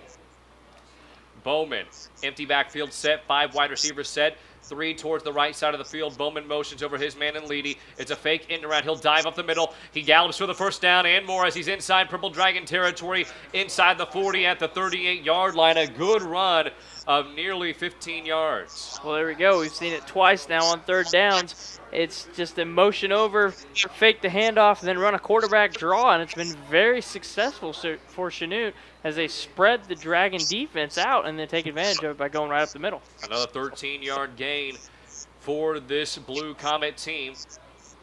3 wide receiver set, 2 towards the right side as Bowman takes a snap. He'll hand it off to Leedy. Leedy has some lead blockers as he tries to dive in between 2 Purple Dragons defenders, tries to spin out of 3 different tackles, and is brought down at the 30-yard line for a gain of 8 yards. And obviously we see a bit of momentum picking up for this Blue Comet train. Yeah, exactly what they needed, as the first quarter is very, very rough on both sides of the ball. But here's something right here, just a good momentum drive that they haven't really done all game. So this will give them some confidence. This could possibly chip away from the score and get them going. Here is the 10th play of the drive with 9:18 remaining in the first half of action. Pistol formation will be the Blue Comet offense, throwing towards the right side of the field and completing the pass is Bowman to Kimberlin, who was on a hitch route towards the near boundary, and he will scuttle out of bounds near the 20-yard line. Good enough for a first down to move the chains, and Coach Chris Shields doing an excellent job mixing up the play calling and keeping Coach Nicholson and the Purple Dragon offense on their heels. Yeah, another thing that they're doing is they're just running this hurry up. So everybody's looking over there, they're getting the play call, and then they're off and going. They don't huddle up like the Purple Dragons do, so this is a little game changer. It was a pickup of 10 yards on the pass, and it's a 4 wide receiver set, strong left formation, coming in motion from right to left on the end around and trying to make a move in the backfield is Harvey. Harvey is swallowed and engulfed in the backfield as he's dropped for a loss of about 2 yards. Nothing doing there, and then coming in hot was number 47, Jarek Butcher. He tried at the end. He made the contact, and then he tried stripping that thing away, causing a forced fumble. As now Butcher jogs off the field. So Butcher induces a loss of 5 on the run, bringing up a 2nd and 15 from the 25-yard line of the Purple Dragons. Blue Comets have done an excellent job pushing the envelope on this drive, blending run with pass. Bowman comes out in the shotgun formation. Leady's in the backfield. Quick pitch to Leady. He has a lead blocker in front of him, but he runs right into a trope of Purple Dragons as Ty Cicero is there on the stop. Man, and I tell you what, that almost looked bad right there for the young quarterback of Ty Bowman, as it was number 31, which again, we do not have the name for. If we will find that out, we will get to that as soon as possible. But he brought the hit on Bowman and almost shocked him. So nearly abruptly ending that play, and Bowman was nearly popped from his blind side. Luckily enough, he had his man in Leady. It's a 3rd down and 14 with 7:30 remaining in the first half. Bowman tries to get the pass out, but he is absolutely walloped on a defensive back bullet. Bowman was not ready for that at all, as the right tackle was unaware of the man sneaking into the backfield to make a huge tackle. And again, it is number 31. We apologize. We will get that number to you and the player name as soon as possible. So that brings up a 4th down. Man, what a hit. And, you know, most experts say that those blindside hits actually don't hurt as much because you don't see it, feel it coming. I would have to disagree with that. I think it was still hurt. I mean, I agree, but I'm just going with what the experts say. Quote-unquote experts. Man in motion is Leady. 4 wide receivers set. Bowman takes a shot towards the back of the end zone, and it is incomplete.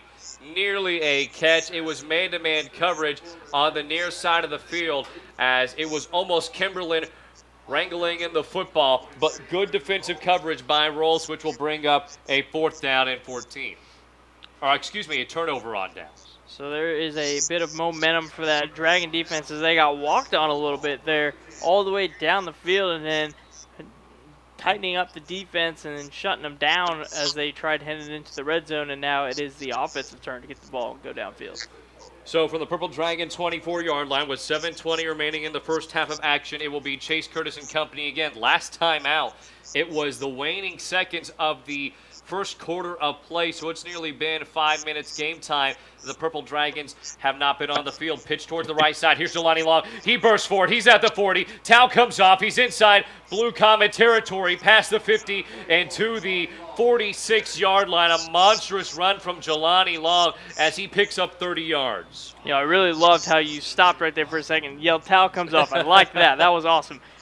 Great run, and we have seen the dominance of Jelani Long. He is just doing it all over the field, whether it's inside, outside, pitch plays, inside draws. He is just dominant. Officially a 34-yard run, I beg your pardon. 1st and 10 from the 46-yard line of the Blue Comets. 2 wide receivers set, handoff to Evans. Evans bursts forward, the big plotting middle linebacker and fullback, halfback, put all of his listed positions on the roster as he makes his way to the 25-yard line. I actually didn't see how quick he got through there. It was a great fullback dive, and he actually wanted to hurdle right there at the end of the play, if you notice. Kimberlin made a great tackle, but just a great run. And that quickly, Cameron, they're on the other side of the field. They're knocking on the door. 19-yard gain for Evans with 6:43 remaining in the first half of action. The Purple Dragons, who have done most of their damage with a combination of pass run, have really started to align themselves with the run. It's a pitch to the outside. Here's Jelani Long as he snakes past one defender, tries to shirk off a second defender who had an ankle tackle, which was Kimberlin. Jelani Long dives inside the 10 to the 9-yard line for a good gain of about 18 yards. There's the speed option. DN did his job for the Blue Comets, is stopping Chase Curtis, but Curtis had to pitch it off to his man, and Jelani Long did all the work from there as he got tackled and actually hopped his way past inside the 10-yard line. The sophomore Jaden Costin for the Blue Comets makes his way off the field. Curtis again, I formation. Evans and Long in the backfield. Curtis turns around, misdirection, handoff to Long, and Long is dropped at the 1-yard line after a pickup of 8 yards. It will be 2nd down and goal from the 1. Well, there's your great counter play there in the goal line, as the Purple Dragons have had nothing but positive rushing plays here. We've not seen one pass, and expect to see another run. Last time they were down here, Chase Curtis called in his own number and brought it in for himself for 6. Curtis will line up under center. One wide receiver towards the right side of the field is Sutton. Under center, Curtis triggers the play, handoff to Evans as he bowls his way inside, and he is officially stopped at the 1.5, maybe half-yard line. Very close play. It was just a fullback dive again. It worked very successfully earlier in the game. Nothing doing there. A great little stop by the Blue Comets, but here we go. 3rd and 1 at the 1-yard line. This is going to be a big play. Sutton again, the lone wide receiver, one-on-one against Kimberlin on the outside. Under center, Curtis takes it in himself. That's a Tom Brady-esque play as he waltzes into the end zone for 6 points. 2nd rushing touchdown for Chase Curtis in this contest. 27-0 is the score as the Purple Dragons have taken a substantial lead. Difference between Tom Brady and Chase Curtis, this kid's only like 17, 18 years old and got a lot left in him. Tom Brady, not so much. However, great quarterback draw. I said it earlier. He had called his own number, and there he goes again. Just a great run by Chase Curtis.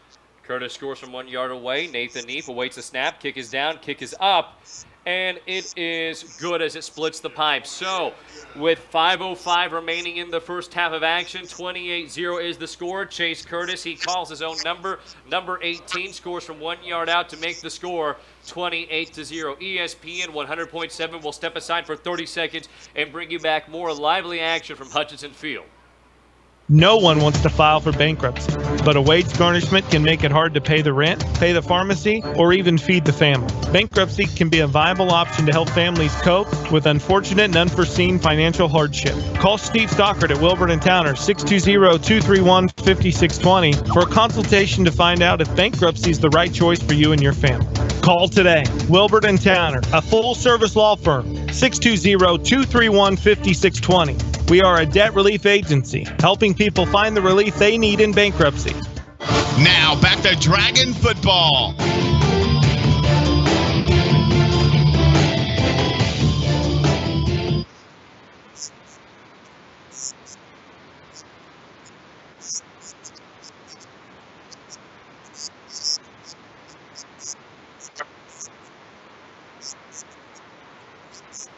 Test 28-0 as the Purple Dragons have absolutely manhandled this Chanute Blue Comet bunch. Blue Comets last time out, I say that the Purple Dragons have manhandled this team. That's been more so on the offensive end of things. But Bowman and company did a nice job trekking downfield and put together about a 12-play drive that pushed themselves into Purple Dragon territory. Yeah, great drive, and then the Dragons doing what they do best, causing problems for these teams as they got down there and thought they had some momentum, and then all of a sudden they got just sacked and then made bad decisions, and it just hurt them bad. Neef's ensuing kickoff takes a hop in the end zone, so it will be a touchback. Chanute Blue Comets with 5:05 on the clock, trailing by 4. Touchdown needs to remedy this malady that has plagued them throughout this contest. And so far, offensively, the theme that has been working for this team has been a good blend of the read option with Bowman and finding Lee, and then some intermediate pass routes and some passes underneath. So here we go, Bowman and company.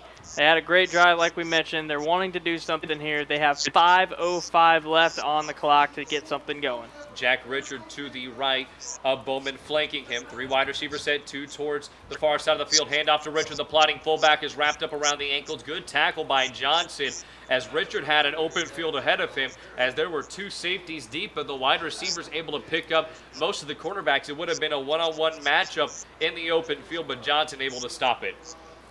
9-yard gain by Richard. Yeah, great run right there, and it's almost a first down. Just another good thing to start off the drive for these Blue Comets is, as we mentioned, they're progressing, Cam. They're getting better and better every drive, but there's one thing that always just stops them and holds them back. Richard goes in motion from the right to the left. Bowman takes the snap. He'll keep it himself. He'll tuck it under his left arm, and he is hit hard as the shoulder pad was lowered on the play, and a monumental hit was laid on Bowman by Ty Cicero, the tight end / defensive end, and he had a full intent of making that big-time hit, but Bowman scrapes off 1 yard, enough for a first down. Positive side on that, the Blue Comets got a first down. Negative side on that, look at number 12 on the end there. He is bent over. He's worn out. He took a shot right there, and he's hurting. You can tell, Cameron. And Bowman, just a sophomore, who last week was able to guide his club to a 38-7 victory over the Iola Mustangs. Next week, this team will take on the Fort Scott Tigers, one of the premier teams in the SEK. From the shotgun formation, Bowman. In the backfield will be Richard. Taking the snap is Bowman. He has a 4 wide receiver set. He looks towards the right side of the field. Ball is popped loose, jarred out of the hand of his intended target in Hernandez as Kafka was there on the stop. And there yet again, the Dragons brought 2 extra defenders coming in hot at the quarterback, Ty Bowman. And Bowman, again, quick decision throw, almost got his man as it was a bobbled pass, turning up to be an incomplete pass. So now 2nd and 10 with 3:38 on the clock. Just a little over 3:30 remaining in the first half. Make sure to stick around for the SEK Emergency Care halftime show. We will go over first half statistics and a look towards the second half of action and hopefully get some scores from around the area. Bowman, empty backfield, 5 wide receivers set. Man comes in motion from left to right. Bowman will keep it himself. He tries to rush forward, but he is quickly stymied by Johnson, who wrapped him up after a pickup of 1 yard, setting up a 3rd down and 9. I tell you what, man, this Ty Bowman kid is growing on me, Cam. He is one tough quarterback. He is taking a beating, continuously getting up. As at the end of that play, he was going down, and Jarek Butcher gave him a shot too, and it took him a while to get back up, but he continuously to get back up as a sophomore quarterback. And it's building character. Absolutely. More so than anything else. Absolutely. From the shotgun again will be Bowman with Richard in the backfield. 3 wide receivers set towards the near side. It will be Harvey. He's standing right at the 30-yard line. Bowman takes a snap. He will roll to his right side, look downfield, tries to deliver the hitch route pass, but the pass is incomplete as it goes over the head of the entirety of the defense and his offensive target. Nobody home on that pass, and then actually not the best pass, a duck, if you will, Cam. That was not the best throw, and I tell you what, that's probably a good sign for Ty Bowman to get off the field as he is the last man jogging off. He needs a break. And Coach Shields already talking with his sophomore quarterback. A lot of promise for that young man and this Blue Comet team, despite the 28-0 score. Snap high, PB takes it, looks to kick it away as both Kafka and Rourke are set to return. Rourke off the one hop will take it in his own territory at the 47-yard line, past the 50, into Blue Comet territory, past the 40, and inside the 35-yard line of Chanute at the 34 as he was able to burst for a gargantuan gain. So now fun fact, Cameron, both quarterbacks are 6'5". I was going to say a little difference, but now we move to the other 6'5" quarterback in Chase Curtis. 2:38 on the clock before the halftime. You know they'll want to get something again to get back on the board. So Curtis and company will enter the shotgun formation. It will be a strong right set, 3 wide receivers towards the near side of the field with White towards the very edge. Hand off to Corbin Jefferson. Jefferson makes a hard cut in between the numbers on the right side of the field, and he is dropped. A good gain on the play from the 34 all the way to the 24-yard line for a gain of 10. So there you go, just an easy handoff for the first down. And I was actually looking there, and number 4 and number 18 have not connected yet in this game, Cam. You just never know. Be expecting it any time now.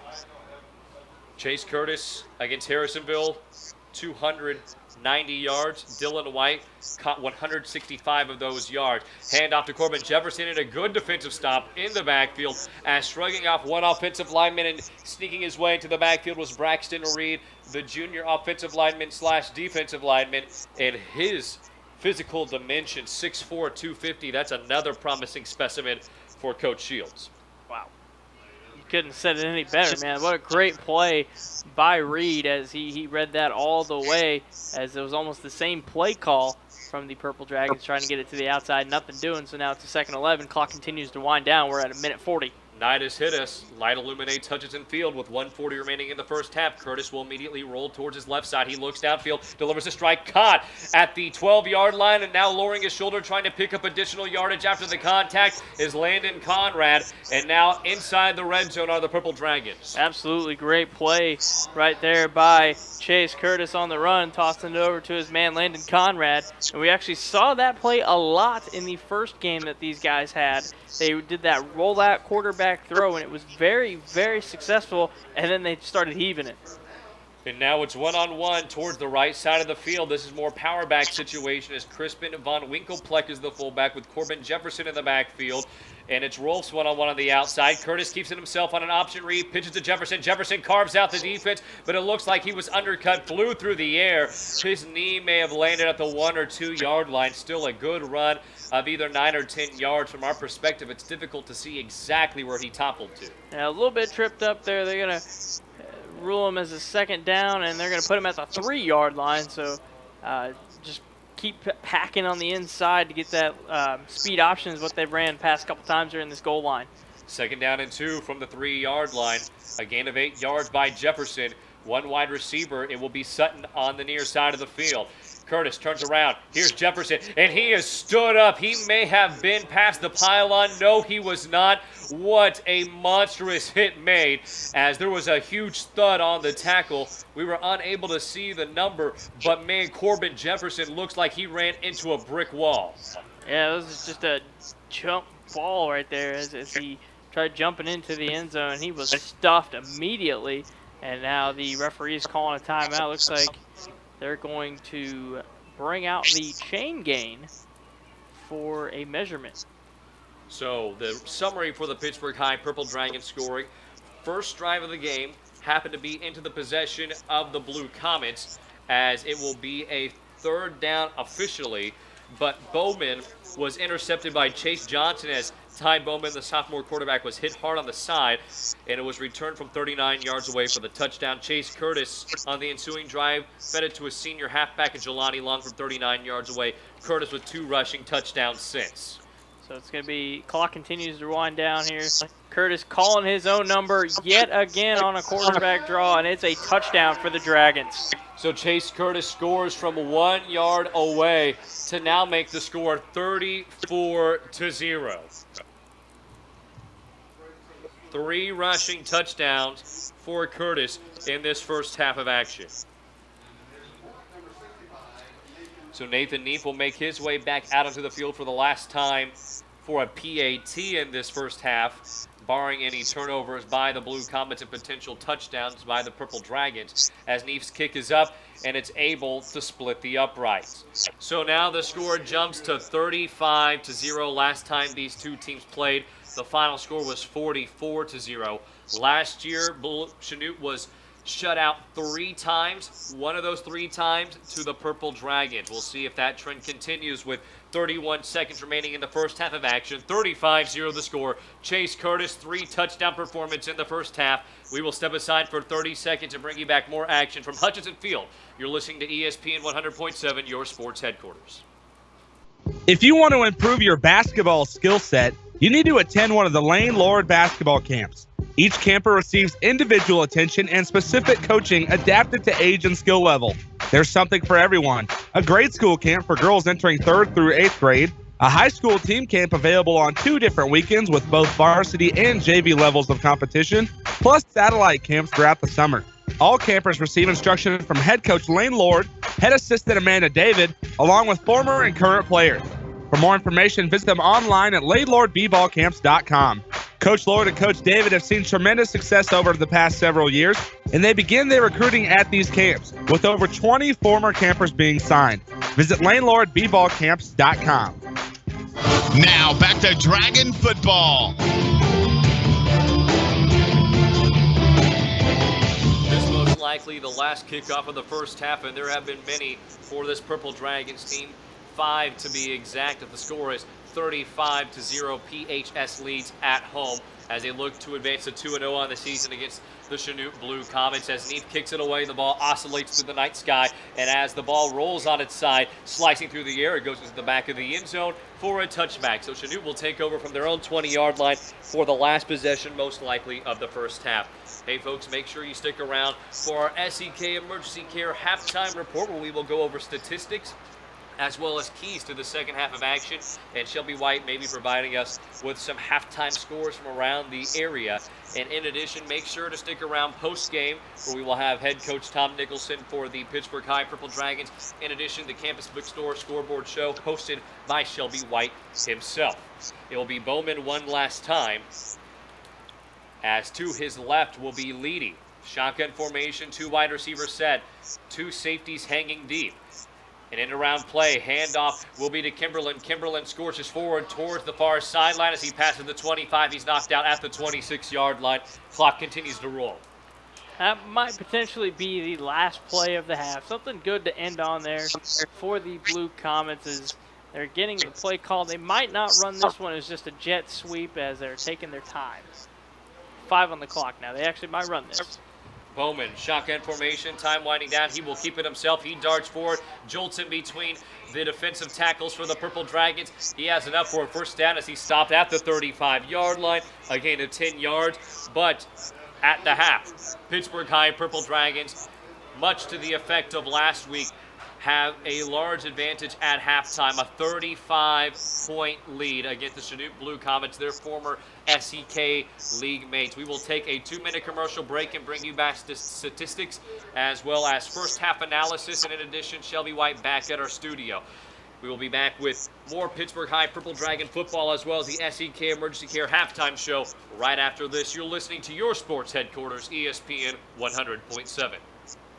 If you are injured in an accident or on the job, it is vitally important that you hire the right attorney. Before choosing an attorney, you should make sure they have the resources to fight large corporations or insurance companies. Your attorney should have extensive trial court experience and a track record of success. The Spigarelli Law Firm, with offices in Pittsburgh and Coffeyville, has the experience, resources, and reputation to provide the quality representation your claim deserves. Fred Spigarelli has received a top rating from his peers with the Martindale-Hubbell independent rating system. His firm has the resources to hire the experts and physicians needed to properly present your claim. The Spigarelli Law Firm has successfully tried cases for over 40 years and taken numerous cases all the way to the Supreme Court. Call the Spigarelli Law Firm today at 877-409-7931 or visit their website at spigarelli-law.com. You can also find them fast in names and numbers. Be sure to get reliable information when you choose an attorney to represent you.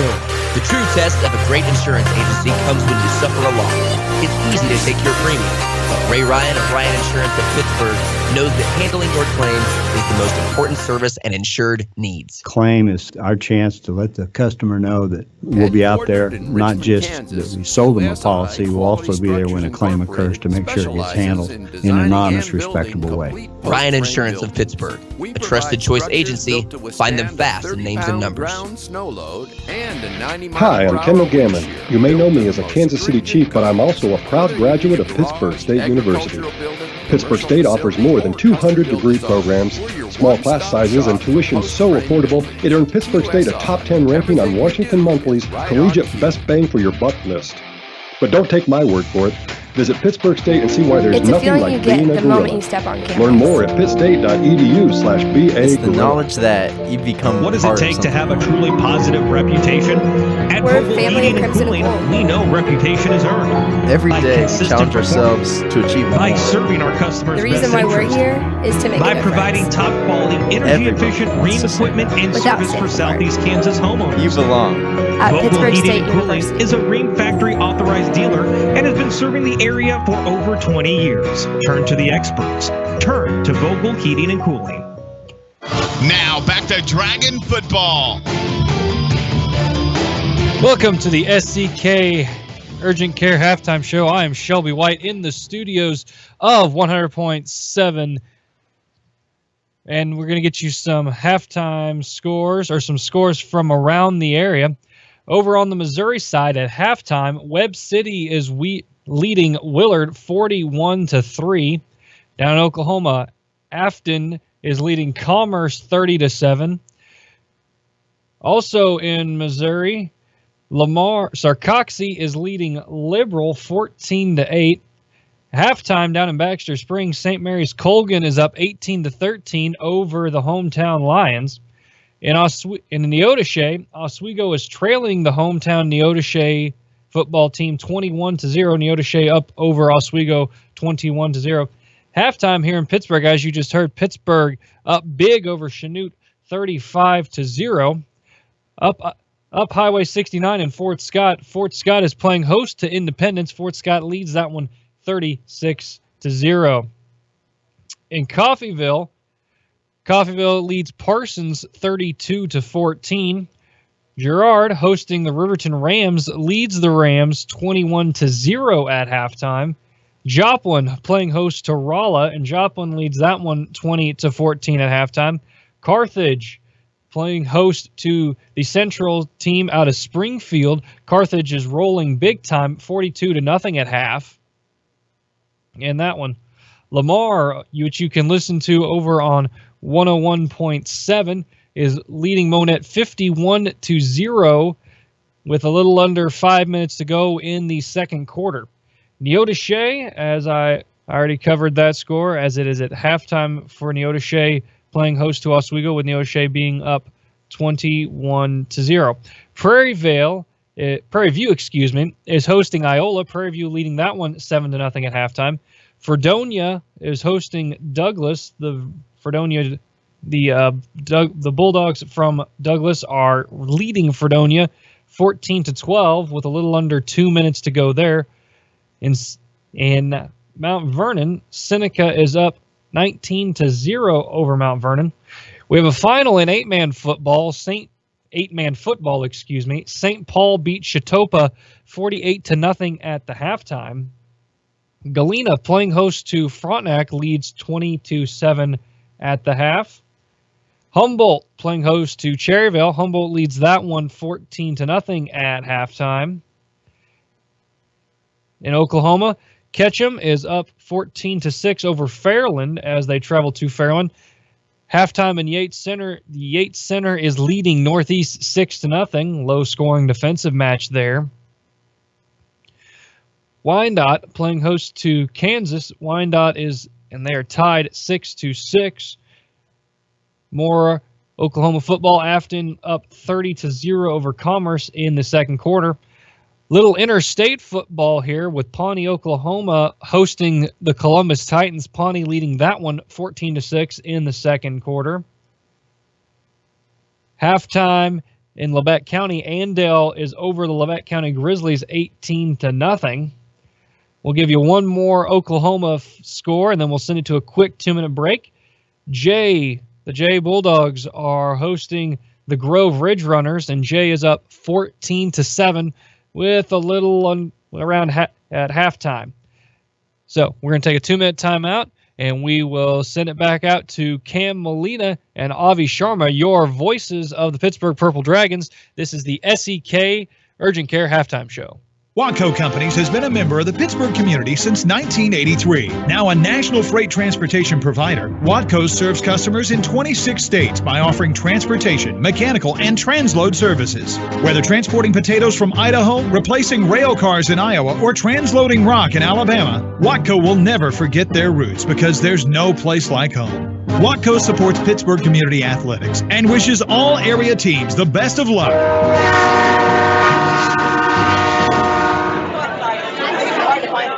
What's the buzz around Community National Bank and Trust? They're talking mobile banking, instant issue debit cards, rewards checking and credit cards, and let's not forget e-power checking, paying better than CD-like rates on a checking account, plus nationwide ATM fee refunds. Get in on the buzz. Community National Bank and Trust, member FDIC. Does your current checking account pay you up to $15 per month? With Common Sense Checking at University Bank, you can earn up to $15 per statement cycle, 10 cents for each swipe after the first 15 swipes. Qualifying is so easy. Simply have one direct deposit or auto payment plus 15 debit card purchases each statement cycle and a $100 opening deposit. Stop by the bank for more information about our Common Sense Checking. Then swipe and save. It's convenience that pays at University Bank. Branch GMB. Member FDIC. I had no idea you did that. That's what I said when I learned CDL does more than just electrical work. Like plumbing, heat and air, security cameras and alarms, generators, solar panels, even signs for my business. CDL really is one company that has a solution for about everything in my home and business. Learn more at cdlsolution.com. Now back to Dragon football.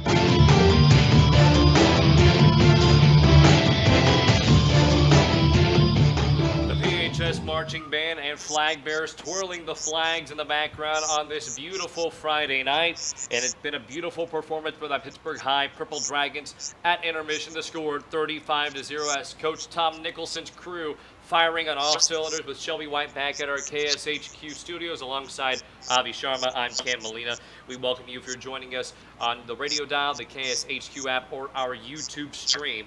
Avi, first half action, all Pittsburg High School. That's pretty indicative by the 35-0 score. But the tale that has not been told is the effort put out by this Blue Comet team and sophomore quarterback Ty Bowman. Yeah, 21-0 right off the bat where the Purple Dragons, something you never want to face or never want to see if you're the opposing team. We mentioned it many times before, Cam. This is a tough place to play. These guys are hot. They're on one. I mean, they're just continuously showing the dominance on the offensive and defensive force. But yeah, again, like the main thing that you want to mention right there is the effort by this Blue Comet team. They're trying. I mean, it's hard facing a team like this, and it's also hard having a young sophomore quarterback like they do try to lead them on into a tough crowd, tough place to play, and try to get something done. And they drive down the field multiple times, but they just can't get it done. And for Chris Shields, who is in his third season coaching this Blue Comet team, he has a combined record of 6-13. His first season, 2 wins. Last season, 3 wins. This season, already 1 win, but it looks like this team will drop to 1 loss, barring any sort of miracle on the turf here at Hutchinson Field. But one thing he was concerned about entering this season was his offensive line and defensive line play, and we've seen those worries manifest on the field as the Purple Dragons have been applying a monumental amount of pressure to Ty Bowman in this contest. Yeah, we've seen it time and time again. Bowman has had no time, and then he's also been surprised with a couple hits that he's been taking. But he's also been calling his own number, running some quarterback draws, running the speed option and taking himself, and he has taken some shots, I tell you what. And then on the defensive end, I mean, we've seen some great plays by Braxton Reed, but that's about it when it comes to the D-line for the Chanute Blue Comets. They are just trying, nothing doing. Chase Curtis is having time in the pocket, and if they don't want to throw the ball, they are just handing it off to Jelani Long, and he is just doing his thing. The longest sustained drive by the Chanute Blue Comets came towards the waning seconds of the first quarter. The Blue Comets took possession from their own 21-yard line, 14 plays that lasted over 5 minutes, bleeding in to the midway point of the second quarter, but nothing to show for it. If you're Coach Shields and this Blue Comet bunch, you can't have that. No, absolutely not. I mean, this second half is nothing to be too promising. You're down 35-0. Probably expect to see, if it keeps going this way, the first stringers play maybe half of this quarter, and then they'll bring in the younger guys. And, I mean, the question is, do you want to keep Bowman in the game, or do you want to throw in your freshman quarterback, Austin Moore? You know, it really just depends what Chanute wants to do. And, I mean, it's just more of a, hey, get some repetition out there right now instead of trying to win this game. And, you know, I think while you were gone, when Shelby White, myself, and Heath Atkins all hosted the Campus Bookstore Scoreboard Show following this matchup last week between PHS and Harrisonville, that was one thing we discussed. For a younger team like Chris Shields' club, to put out your younger guys shouldn't be demoralizing because you're trying to build a culture. You're trying to cultivate a path for your club and erode some of the negativity that had been around your team for the last couple of years. And to put the young guys out there, gain some experience at the varsity level, that's not all bad. Yeah, absolutely. And then one of the best things that you can do with getting the younger guys in there is you might see something surprising. You might see something you haven't seen in practices. You'll see it here in the game. Maybe, a running back goes off in the second half, or, wide receiver gets some bigger plays than expected. So it's just good signs that they could potentially get. Halftime stats so far: Ty Bowman, 5 of 15, 37 yards, an interception. He has rushed for 32 yards as well. Most of those completions through the air have been a lot of underneath the defense routes, a lot of hitch routes, out routes that have been well timed. And the defense for PHS, this is one area Coach Tom Nicholson was concerned with when a team nickels and dimes them down the field and picks up those yards that are hard-earned. How are they going to respond to that? Well, Cam, I don't know how you're reading your handwriting here with these stats. It's kind of confusing me. I am not reading. I'm reading gibberish right here, my friend. It's hieroglyphics. Okay, all right, there we go. I have an origin located at the top left of my page. All right, good deal. But no, you hit the nail on the head right there. Coach Tim Nicholson, we saw it in the first game. Hitches were a huge factor in that game. Anytime Harrison threw the ball, it was an immediate hitch route. It was completed. They got yards. They got going. We saw time and time again, we've seen slants that have been open. We've seen hitches been open. However, the pressure has gotten to Bowman, and he hasn't been able to make those throws. But if he does, you'll see the positive impacts of that. Last week against Harrisonville, Jelani Long on 12 attempts, only 36 yards. His longest rush was 12 yards. Tonight in the first half of action, 110 yards on the ground and 1 touchdown, nearly tripling his output from the entirety of the game last week. We knew Jelani Long was an excellent halfback entering the season. First game really wasn't the telltale game, if you will, because Chase Curtis really stood out. But in this contest, Jelani Long reclaiming the crown of, hey, I'm the best rusher on this team. Yeah, absolutely. Jelani Long doing just a phenomenal job. And, week in, week out, there's always going to be a different scheme that you have to run against every team. So maybe, last weekend, you've seen it yourself. I mean, Chase Curtis had a heyday on the passing game, but then you look at the stats today compared to what Curtis had last week. Curtis threw the ball 38 times in that game, and then here he is. He's only thrown it 6 times in this game. Absolutely stunning. He had 262 yards and 3 touchdowns. He still does, however, have 3 touchdowns in this game, but it's not the 3 passes that he's had. It's 3 rushing touchdowns, Cam. And the ground game was questionable entering this season because of the loss of talent on the offensive line. Trevor Kent leaves this club. They also lose Devron Duncan, who had a little bit of time on that offensive line, but was primarily a defensive player. But we've seen this young offensive line respond extremely well. Drawing from your days as a player, can you talk about how pivotal it is to have an excellent offensive line? Well, it's just chemistry. Those big hogs up front, they have their own. That's their own group right there. I mean, they work hard. They hang out all the time. They do their own thing, and that offensive linemen, defensive linemen never get enough credit. It's unbelievable how hard those guys work to make the plays function. And I mean, they have done a solid job in these first 2 games. Chase Curtis has barely been touched, and if he has been touched, he's taken it to himself by running downfield or he's rolling out on the pocket. So just a great job by this offensive line protecting their quarterback. On average, and this is, again, an approximation, but just looking at all of the times per drives that PHS has strung together, about 1:30. That's all it's taken on scoring drives for PHS to put up a touchdown. Yeah, that's pretty impressive. And, I mean, we've seen it time and time again in this game. Just one play, 20 yards. They're up and going. Chase Curtis, as soon as the play gets over, he looks over, he runs down to the sideline, gets his call from the coach. They're up in the huddle. They're ready to go. They keep going. We've seen that very much in this game, and they get that one big play, they get that momentum going, and they don't slow down, Cam.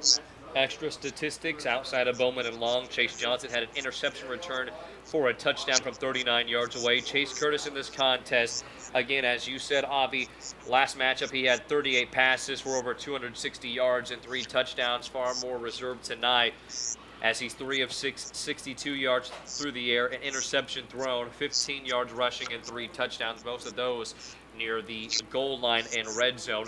But we've seen this PHS defense really step up. And talking with Coach Nicholson in our pregame interview and also for Coach's Corner this week, that was one concern coming in to the second game. He knew his defense forced 3 turnovers last game. They held Harrisonville to 21 points, but would they be able to keep up that mean streak? I mean, you've seen it. They are something else. And, I mean, if they're not getting turnovers, they're causing problems. I mean, it is just phenomenal what they're doing. I mean, we've actually seen a couple holes in that defense. You know, when third downs, Chanute ran the fake jet sweep quarterback draw, and they got successful, and they got plenty of yards on those. Bowman got about 10 yards, 15 yards on both of those drives. And so we've seen a couple hiccups there, but, I mean, every defense is going to have not a solid game. You're going to have a good game. Looking at PHS's schedule in the next 3 weeks, their next matchup is, again, John Roderick Sr. at Webb City. That is always a difficult contest, as last year Webb City, even on a proclaimed down year, still beat PHS. Then Fort Scott High School following that. That will be a tough matchup. And then Andover Central, who PHS beat single-handedly last year. But that Webb City matchup, they're on the road. It's going to be a difficult contest. Yeah, absolutely. You and I got to travel up there to call that great game. And as we heard from Shelby White down at the studio, we heard that Fort Scott and both Webb City are doing a pretty good job in their games. They're managing very well. And, you know, you can't look forward to next week just yet. I mean, we know it's a 35-0 score, but, you know, you got 2 more quarters left. You got to have some good motivation and then head in towards the next week as what Coach Nicholson would prefer.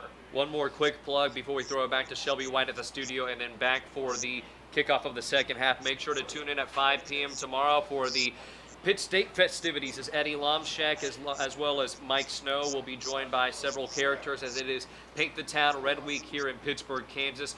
A lot of interaction between the campus and the community members, as PSU is hosting their season opener against the University of Central Oklahoma. So make sure to tune in for the pregame festivities starting at 5 p.m.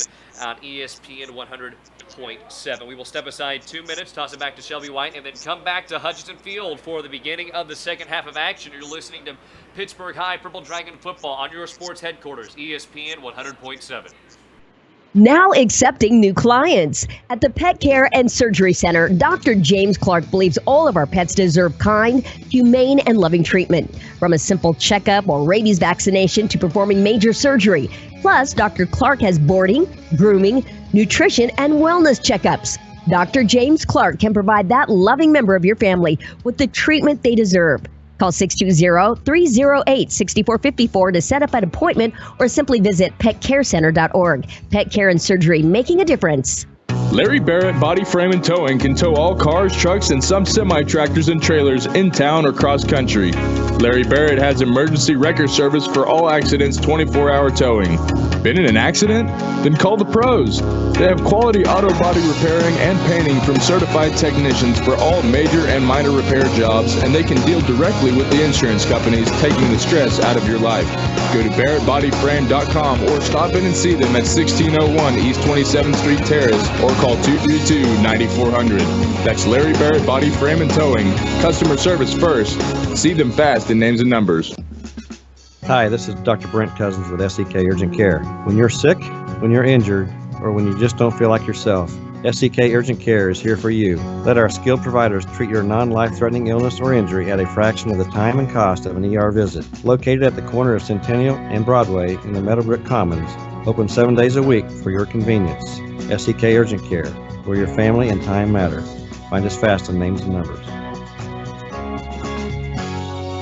Marone's Food Service Incorporated wishes the best of luck to all area athletic teams this season. It has been their pleasure to provide great quality food products to area schools, colleges, and universities in Kansas, Oklahoma, and Missouri. Marone's Food Service is proud to be a fourth-generation family-owned and operated business with over 80 years of service to their customers, employees, families, and communities. Good luck to all area teams from Marone's. Now back to Dragon football.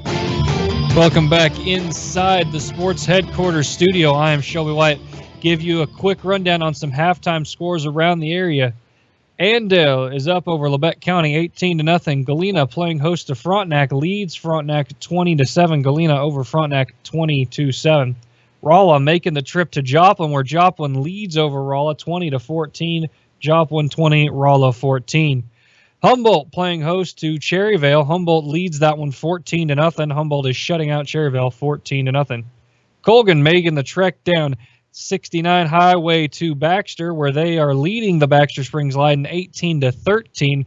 Colgan on top of the Baxter Springs Lions 18-13. Over in Missouri, Seneca is up over Mount Vernon 19-0. Central from Springfield made a long trek to Carthage, where Carthage is just rolling. Carthage playing host and beating Central 42-0. Fort Scott up Highway 69 is beating Independence 36-0. Fort Scott over Independence 36-0. Coffeyville playing host to Parsons. Coffeyville leading that one 32-14. 8-man football final at halftime. St. Paul beat Chautauqua 48-0. Here, as you've heard, where Chanute is playing your Pittsburgh Purple Dragons. Pittsburgh Purple Dragons lead 35-0 at half. Yates Center leading Northeast 6-0 at half. Prairie Vale on top of Iola 7-0 at half. Neota Shea on top of Oswego 21-0. Girard hosting Riverton is up 21-0. Cassville going over to Missouri. Cassville playing host to McDonald County. Cassville leads that one 14-7. Aurora is on top of East Newton 46-13. Lamar, which you can hear on 101.7, is beating Monette 51-0 at half. Lafayette County is beating El Dorado Springs 35-0.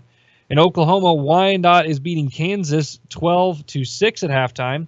Back here in the state of Kansas, Erie playing host to Blue Stem is beating Blue Stem by a single point, 14-13 at half. Douglas and Fredonia, a tight match in Fredonia where Douglas leads 14-12 at half. Over back in Missouri, Webb City up 41-3 over Willard as they made the travel to Willard, and they are just rolling. City up over Willard 41-3. Jayhawk Lynn is beating Uniontown 22-0. Back in Oklahoma, Ketchum is on top of Fairland 14-6. And here in Kansas, Marmonton Valley is up over Crest 44-0. Try and get you some more stats that are live here. Girard, and here in the third quarter, is up 27-0 over Riverton. At halftime, Afton is beating Commerce 30-7. Carthage increasing their lead over Central. They are now up 50-0. Humboldt is over Cherryvale 14-8 now. Nevada has traveled to St. Michael's the Archangel, and they are up 42-0. And the last updated score I will give you before we send it to a 3-minute break before going back to Cam Molina and Avi Sharma. McDonald County and Cassville are tied 14-14 in the third. We are going to take a 3-minute timeout, and then we'll be back with your voice of the Pittsburgh Purple Dragons, Cam Molina and Avi Sharma. This has been the SEK Urgent Care Halftime Show scoring update here in the Sports Headquarters studios. If you're in the mood for shopping, visit Pittsburgh's Meadowbrook Mall. Pittsburgh's original one-stop shopping center has a lot to offer. A great variety of clothing and shoes for the whole family, a large selection of gifts, sporting goods, events, and entertainment, plus terrific places to eat, and you can enjoy the newest movies in 8 theaters. Shop the comfortable and convenient atmosphere at Pittsburgh's Meadowbrook Mall. There's always something happening at Pittsburgh's Meadowbrook Mall. Advanced technology, comprehensive quality care. That's Canar Eye Care. We have the newest technology, but we never lose sight of what's most important, our patients. Eye care has changed dramatically in recent years, and we've been there for you every step of the way.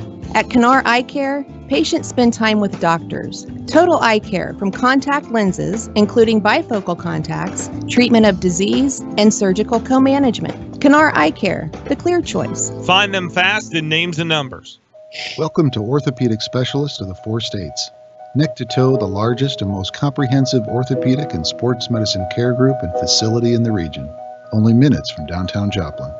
Unlike the hospital system, Ortho 4 States was founded and is operated by board-certified and fellowship-trained orthopedic doctors and surgeons, focused on a mission to restore patients' quality of life and eliminate the pain and suffering caused by injuries and disorders of the spine and joints. Uniquely structured to cater to patient benefit, convenience, and choice, Ortho 4 States doctors, physical therapists, physician assistants, and nurse practitioners all work together to provide compassionate and very personalized care, but with state-of-the-art orthopedic techniques, equipment, and a facility only expected to be found in major cities. Orthopedic specialists of the 4 states, bringing personalized world-class orthopedic care to the 4-state area.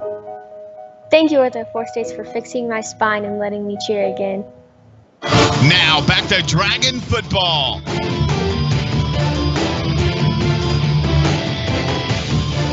Welcome you back to Hutchinson Field. Alongside Avi Sharma, I'm Cam Molina with Shelby White back at our KSHQ studio. Curtis turns around, hands off immediately to Jelani Long, who's outside the near side numbers and is dropped down near the 45-yard line of Chanute.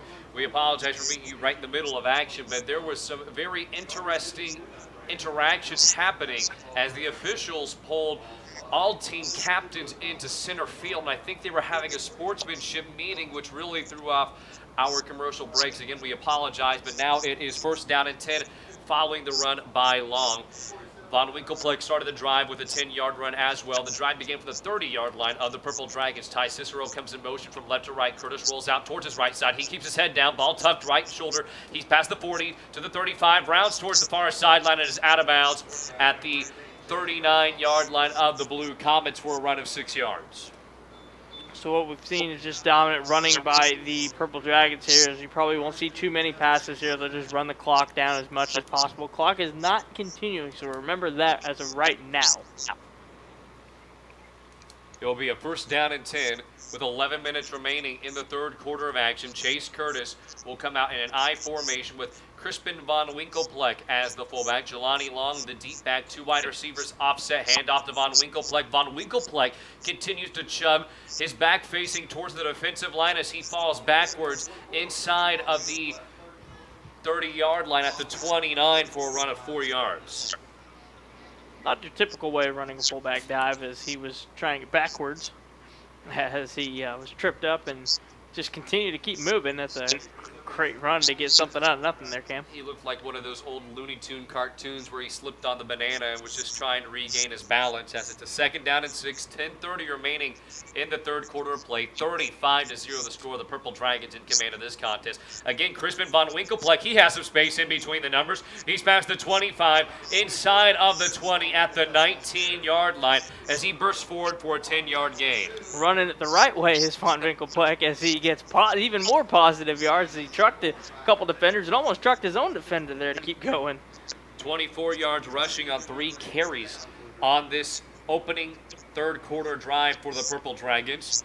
10:07 remaining in the 3rd quarter. 35-0 the score as the Purple Dragons put up 3 touchdowns courtesy of Chase Curtis. Jelani Long rushed for 1 and then an interception return for a touchdown as Jelani Long ducks past 1 defender. He shaves in between the defensive tackles. He continues to rumble forward inside of the 15-yard line, inside the 10 to about the 7-yard line for a gain of nearly 12.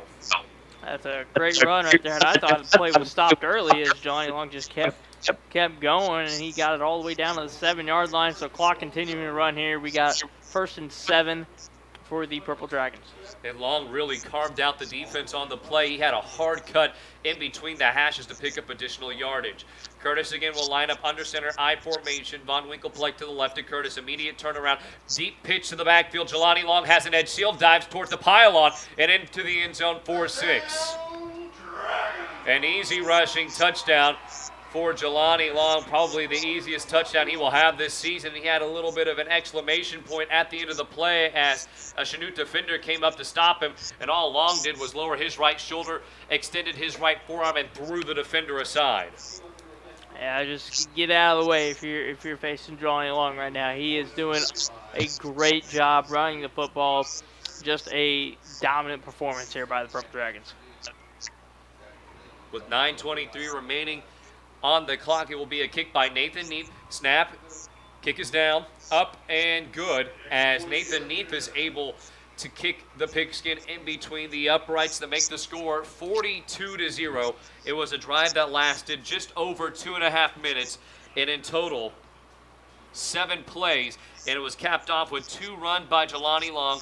One was a 12-yard rush, the other was a 7-yard rush to put up 6 points. Score now 42-0. The Pittsburg High Purple Dragons in the early minutes of the third quarter have a vast lead. We will step aside for 30 seconds to bring you back more action from Hutchinson Field.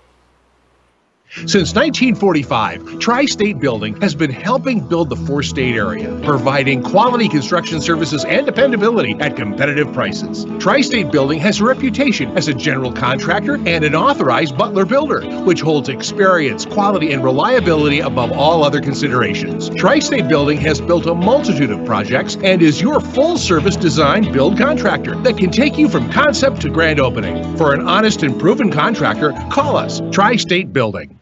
Now back to Dragon football.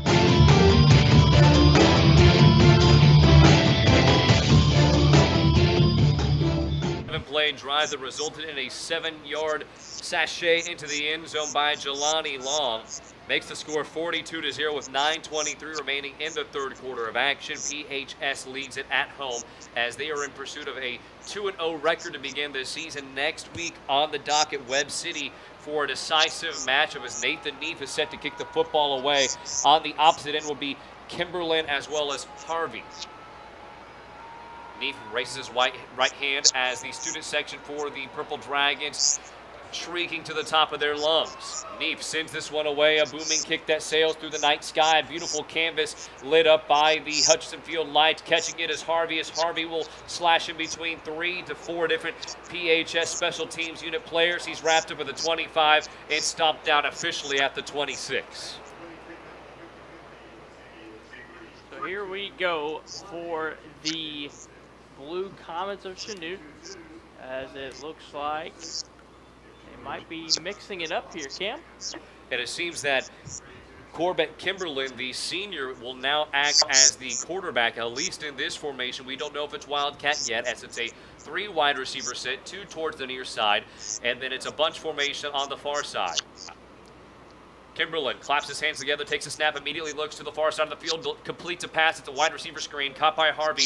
He immediately lassos it in, but he's caught as soon as he caught it and is dropped for a 1-yard gain. Looking around on the sideline, seeing if I can see the starting quarterback for the Blue Comets, Ty Bowman. So far, not any luck finding out, so it looks like Corbett Kimberlin might have to be the guy right now, Cam.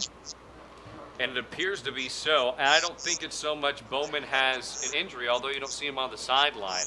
He was hit a couple of times, but he was kept in through the first half. I would imagine more so that it is a learning experience in keeping your starting quarterback safe rather than him being injured or anything else. Meanwhile, Chase Johnson and Jarek Butcher slowly getting off the field for the Dragons right there to slow down the clock. It's a 2nd down and 8 from the 29-yard line of Chanute. Kimberlin comes out in a shotgun. He'll immediately put it into the chest of Lead. Lead will bounce forward. He tries to gain a lead. Leans forward near the 35-yard line, but is pushed backwards. Maybe a pickup of 3 yards, setting up a 3rd and 5. Well, and coming in as a quarterback, I don't know if Kimberlin has done this a time or two. So far, his first pass was pretty good. The drive has gotten somewhere as they're looking at a 3rd and 3, trying to stay on the field. Kimberlin comes out yet again in a shotgun formation. A substitute in Tyler Davis is now the up back. 3 wide receivers set, 2 bunch towards the far side of the field. Rolling towards his right, it will be Kimberlin. Kimberlin looks, he's nearly dragged down around the ankles. He was barely able to get it off, and it's an incomplete pass, but a flag comes out very late. A couple of flags tossed out there. Let's see what the call is. And it is an intentional grounding call, as Kimberlin, I thought, was outside of the tackle box, though. I also thought so, but I believe he also got it to the line of scrimmage, so I'm not sure what the call should be. However, it's going to be ending in a loss of downs. Well, Coach Shields doesn't seem too irate about it, as no vehementing from him. He will just go back and talk with his starting quarterback in Kimberlin now. And it's a punting situation that now has Peavy on the field. He is all the way at his 11-yard line with both Kafka and Rourke set to return the kick. And Kafka and Rourke at the 45-yard line, so if it's a punt like last time, they'll be in Blue Comet territory early. Peavy awaiting the snap. He flicks his right arm down for the signal, and it is a shank kick that hops at the 50. Kafka can't recover. He somehow pulls it out with one hand like a crane machine, then is immediately wrapped up at the 48-yard line. A big save there by Kafka. Despite the score being 42-0, I'm sure Coach Nicholson does not want any gaps in this contest, so a good save by Kafka the junior. Yeah, absolutely. It looked like a little hiccup right there as Kafka just tried going without the ball and easily recovered and got a couple of yards to be a first down for the Dragons. 7:52 remaining in the third quarter of action, and a timeout is used on the field, so we will take one as well. Score 42-0. The Purple Dragons have the advantage. Avi Sharma and I will return in 30 seconds with more action from Hutchinson Field. You're listening to your home of Purple Dragon football on ESPN 100.7, your sports headquarters.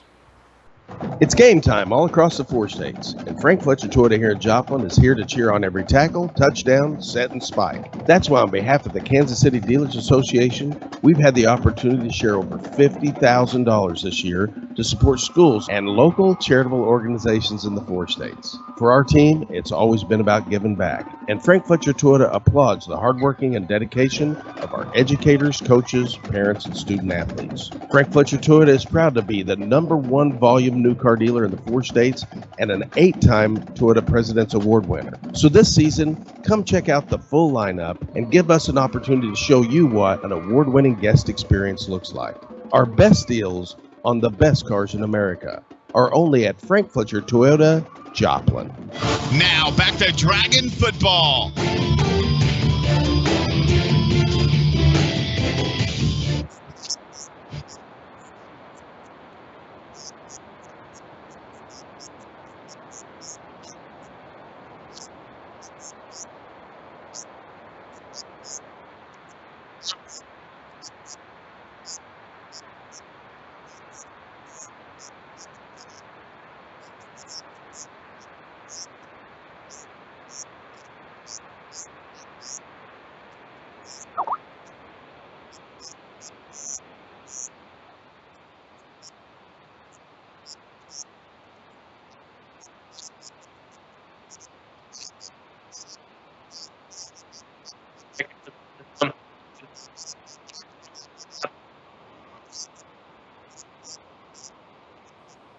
This season.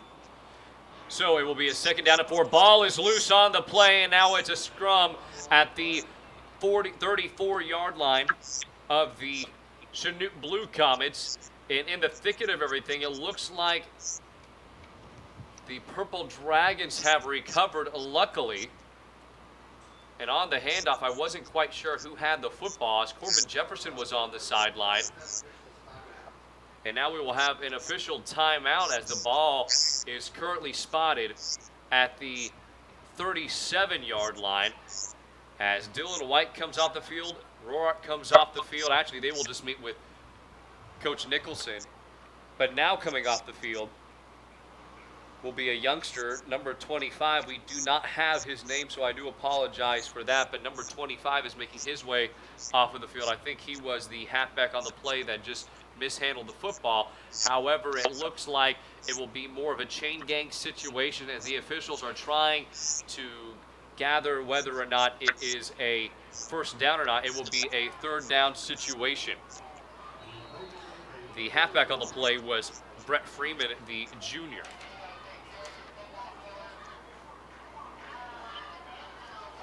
So after the near flub, it is a 3rd down and 1 from the 38-yard line of Chanute. Ty Rourke will line up under center, I formation, 2 wide receivers set. Rourke turns around, hand off to his big man that plods forward for additional yardage after the initial tackle on Shea Menken. Menken just a sophomore, but checking in at 5'8", 203 pounds. And obviously when you run the I formation, you run a lot of strong side plays, so the tight end and the fullbacks are instrumental. So there you go, just getting the younger guys in, and as we saw earlier, it was Ty Rohr, had a mishandle on the handoff with his fullback, so just getting in the groove now is the young Purple Dragons getting in some experience. Mencken does have enough for a first down as he picks up about 4 yards on the rush. This will bring up a 1st and 10 from the 30-yard line of Chanute. Under center again is Roark. Roark immediately rolls left following the play. He'll pitch it outside to Corbin Jefferson, who curls towards the far side of the field, the near side of the field, as he skates past the 20-yard line and is pushed out of bounds at the 14-yard line, a good gain of 16 yards.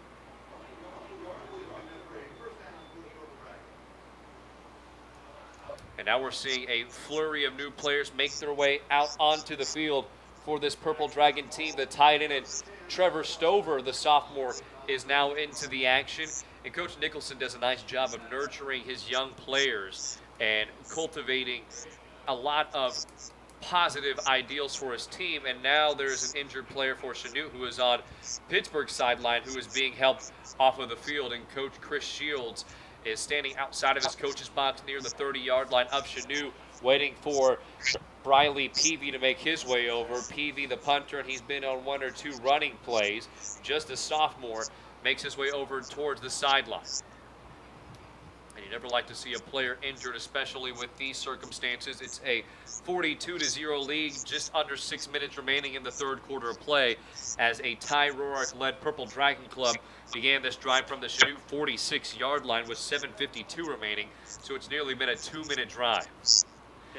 Good to see Peavy walk off the field on his own power. Looks like it was a hand injury as he just held that, walking all the way down to the other end. And he was cradling his right hand, it seemed, that had a wristband on his wrist.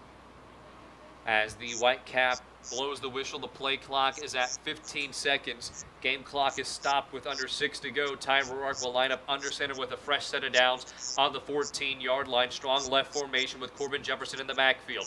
It's going to be a counterplay. Jefferson hesitates as he tap dances past one defender and glides to the 5-yard line, and the tackle is made on the play by Leedy. A good tackle by Leedy, well, pushing him up forward, and it's going to be a good run. It's a typical counterplay that we've seen from the Purple Dragons several times in this game, and it's just going to be a 2nd and 1 at the 5-yard line. Purple Dragons in the red zone. It will be a 2nd down and 1 from the 5-yard line following the 9-yard pickup by Jefferson and Ty Roark, allowing the clock to run down just a smidget as Dennis Hikes makes his way out onto the field, the sophomore running back. Jefferson still in the backfield. Mencken, the fullback, turnaround handoff. Jefferson tries to hesitate in the backfield to make a strong one-cut play, but he is engulfed. A good tackle by Leedy, the running back / linebacker. And it looks like he did not get the first down, so it's going to be a 3rd and short, clock continuing to run here for the Purple Dragons in the red zone. We've seen time and time again in this red zone, it was Chase Curtis getting the call, doing it himself. We'll see if Coach Nicholson wants to say, hey, let's give my backup a shot, and Roark doing the same thing. And Roark not asked to do a lot in the passing game just because of how well the ground game is, but I can attest from last season that Roark was pretty efficient through the air, a lot of underneath routes that he was able to complete with accuracy. One wide receiver towards the right side of the field. It will be Roark who hands off to the big man and Mencken as he will plot into the end zone for the touchdown from 5 yards away. So an easy waltzing touchdown by Shea Mencken makes the score 48-0.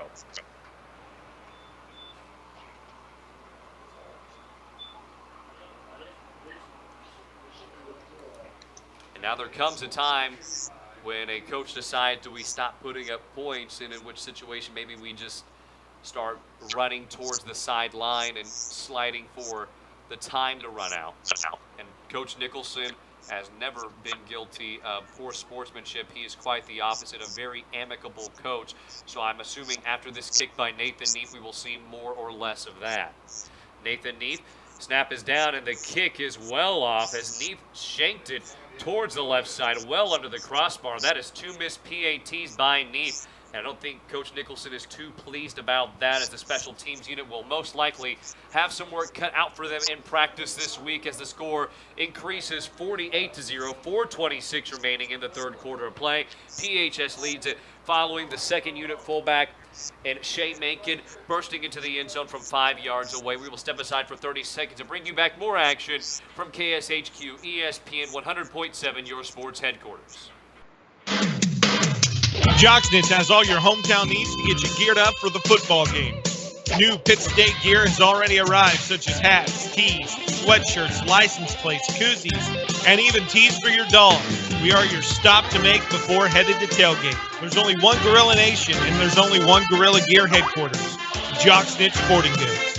Check us out in downtown Pittsburg and Park. You got the sports look of today. Sporting Goods from Jocksnitz.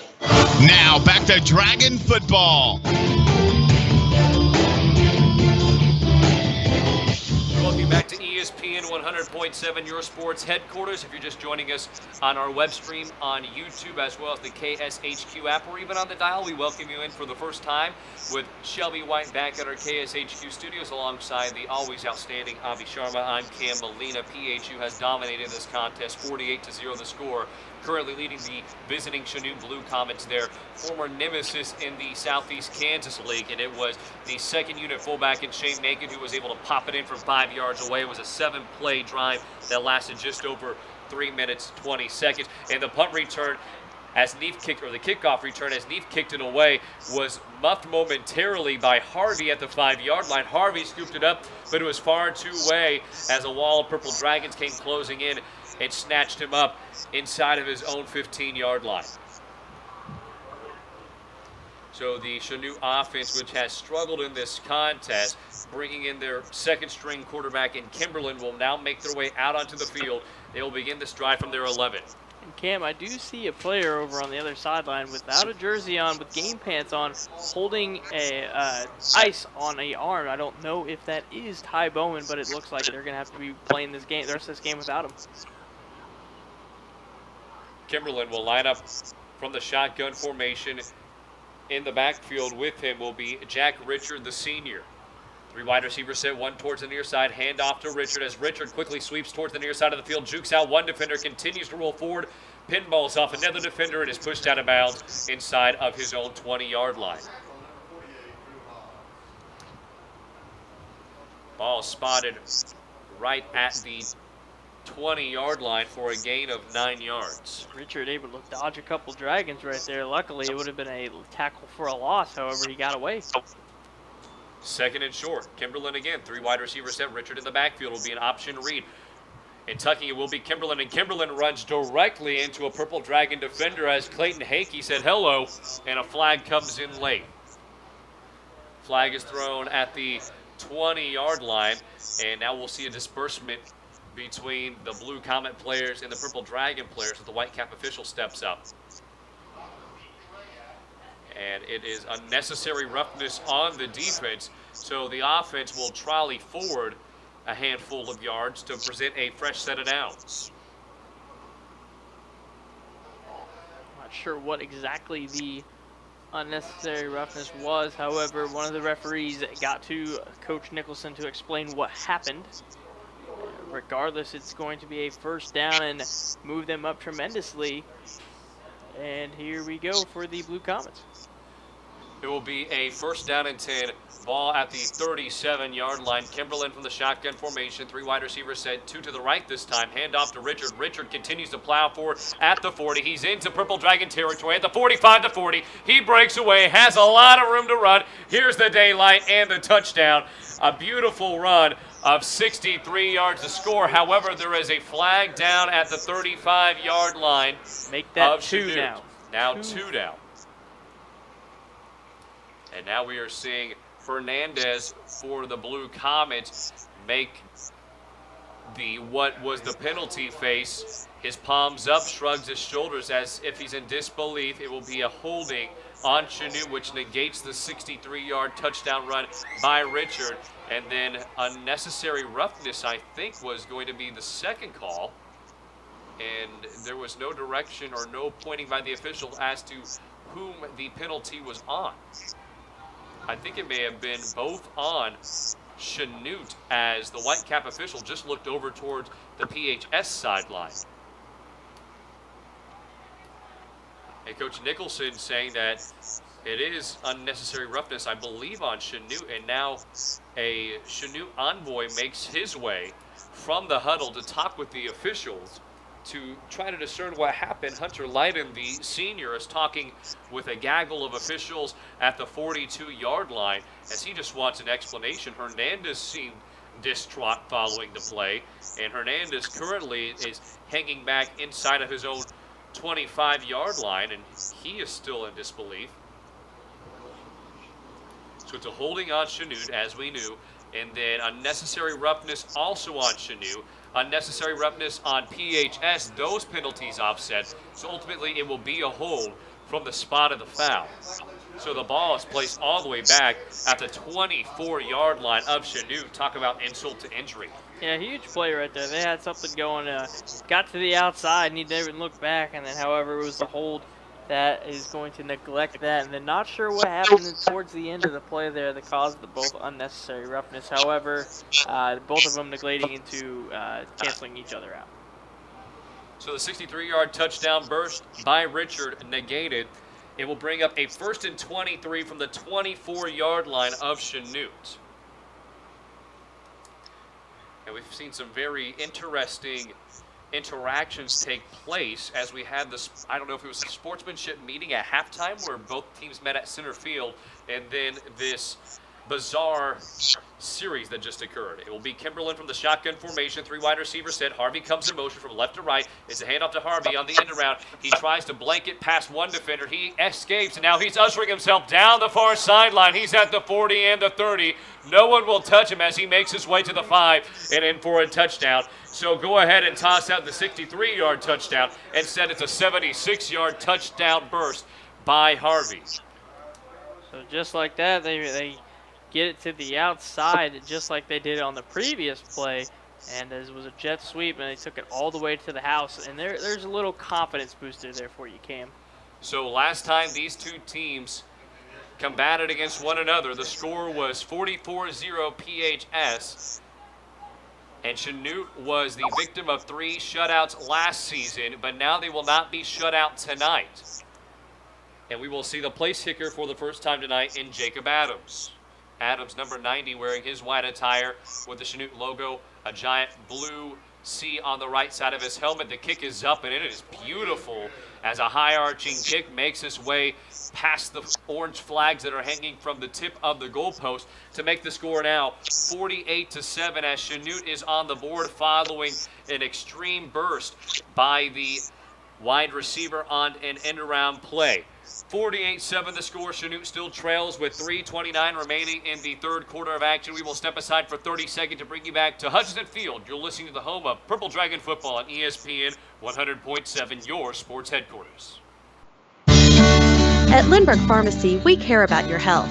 From a qualified and caring staff to services like our Time My Meds and MedPack programs, Lindbergh Pharmacy provides personalized service you can count on. Refill prescriptions online at lindberghpharmacy.com or on your smartphone with our free Lindbergh Pharmacy mobile app. You can also sign up for our text alert program, and we'll text or email you when your prescription is ready. Can't make it to us? We'll deliver your medications right to your door. Lindbergh Pharmacy, now 2 locations to serve you. Now back to Dragon football.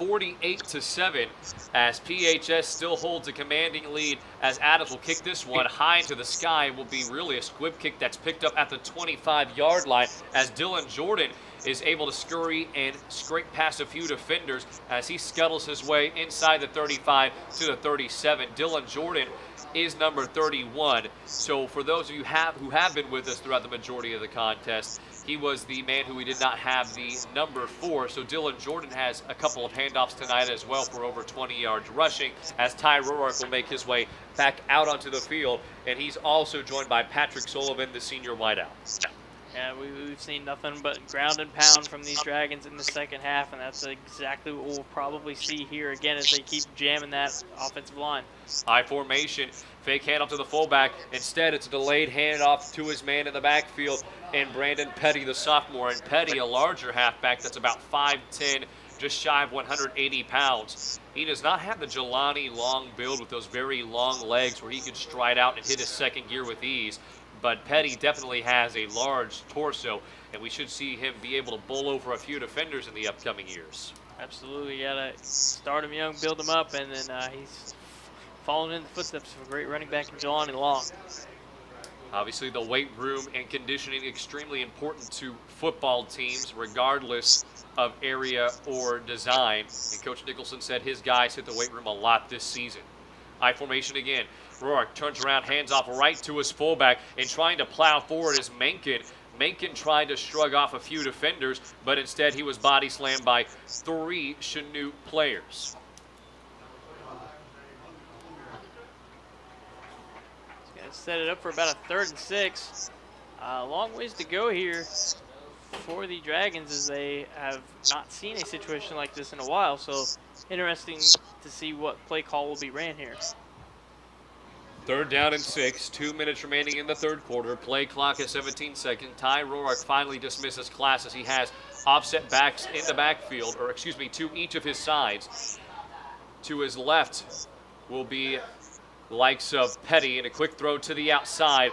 An easy catch made on the play by Chris Wood, the senior. Wood tries to dive for the first down marker, but he falls short, about 2 yards shy. Pick up a 4 from Roark to Wood. Yeah, just a good pass. We were expecting to see probably a pass there from Ty Roark. Great little curl route that didn't end up getting enough, and it's going to lead to a 4th and 1, and they're going to bring out the punting unit. So Chase Curtis will actually step back out on the field and punt this one away. So Curtis, he is situated at the 35-yard line with 1:20 remaining in the third quarter of play. 2 men back to return in Hernandez and Kimberlin. Curtis, rugby-style punt, as this one is really a beeline kick that takes a hop of the 21, continues to roll forward to the 10 and maybe to the 9-yard line. An excellent punt by Chase Curtis that glides over 50 yards. Thing that still gets me, Cam, is that we're 48-7 here, minute 2 on the clock, and we have not seen a continuous clock, something I've rarely seen before with the score like this. Yes, and I believe that is an odd case as well. With 1:02 remaining in the third quarter, it will be a 1st down and 10 from the 10-yard line of Chanute. No running clock, as the score is 48-7, a 41-point lead. We'll most likely see running clock in the fourth quarter. I believe it's 42 points, or 35 points, I think, after 3 quarters of action. I beg your pardon if you actually know the answer back home. Kimberlin from the shotgun formation, 3 wide receiver set. Kimberlin, a delayed snap, and that's an easy flag thrown by the far side judge. Yeah, looks like everybody but Kimberlin was ready for the play there. As a little delayed snap, it's going to lead to a false start and push him back 5. So some second unit players out on the field for this Chanute Blue Comet bunch, as Dalton Meisner, the junior, is now playing the center position. So the coordination between the center and the quarterback does take some time to develop. In the slot for the Blue Comets is Braden Dillo, the freshman. Kimberlin claps his hands together, and again, the play is blown dead, and I don't see a flag on the field. And there's the false start. I didn't see the flag, though, but the play was blown dead. Back-to-back false starts by the Blue Comets, which at this point it's half the distance to the goal, which is a 1st and 17 and a half with 59 seconds remaining in the third quarter.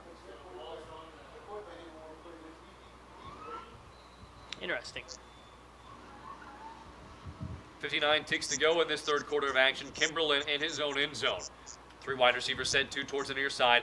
And it's a fake by Kimberlin as he rolls towards the left side of the field, and he's finally chopped down at the 5-yard line. Maybe a pickup of 3 depending on the beneficial spot of the officials. It will be at the 6-yard line. A pickup of 3 yards, setting up a second down and 14. Tackle there was by number 11, Ben Brenniger. Clock continues to run here. Both teams not really in a hurry, taking their times. They're still running a no-huddle offense by Chanute.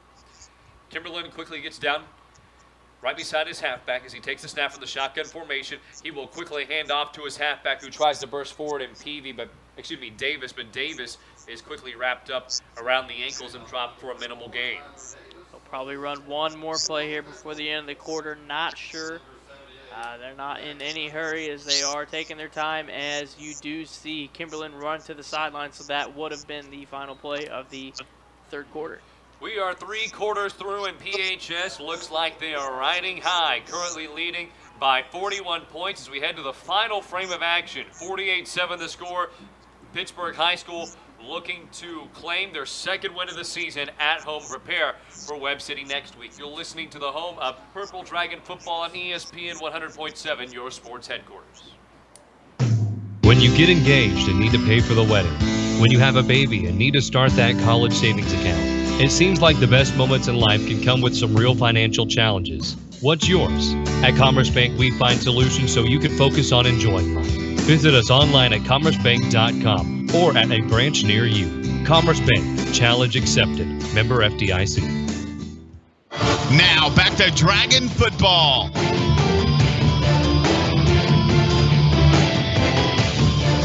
We welcome you to the fourth period of action here on Hutchinson Field. 48-7 is the score as the Pittsburg High Purple Dragons hold a 41-point umbrella over the likes of the Chanute Blue Comets. Alongside Avi Sharma, I'm Cam Molina. Make sure to stick around for the Campus Bookstore Scoreboard Show, led by Shelby White back at our KSHQ studio.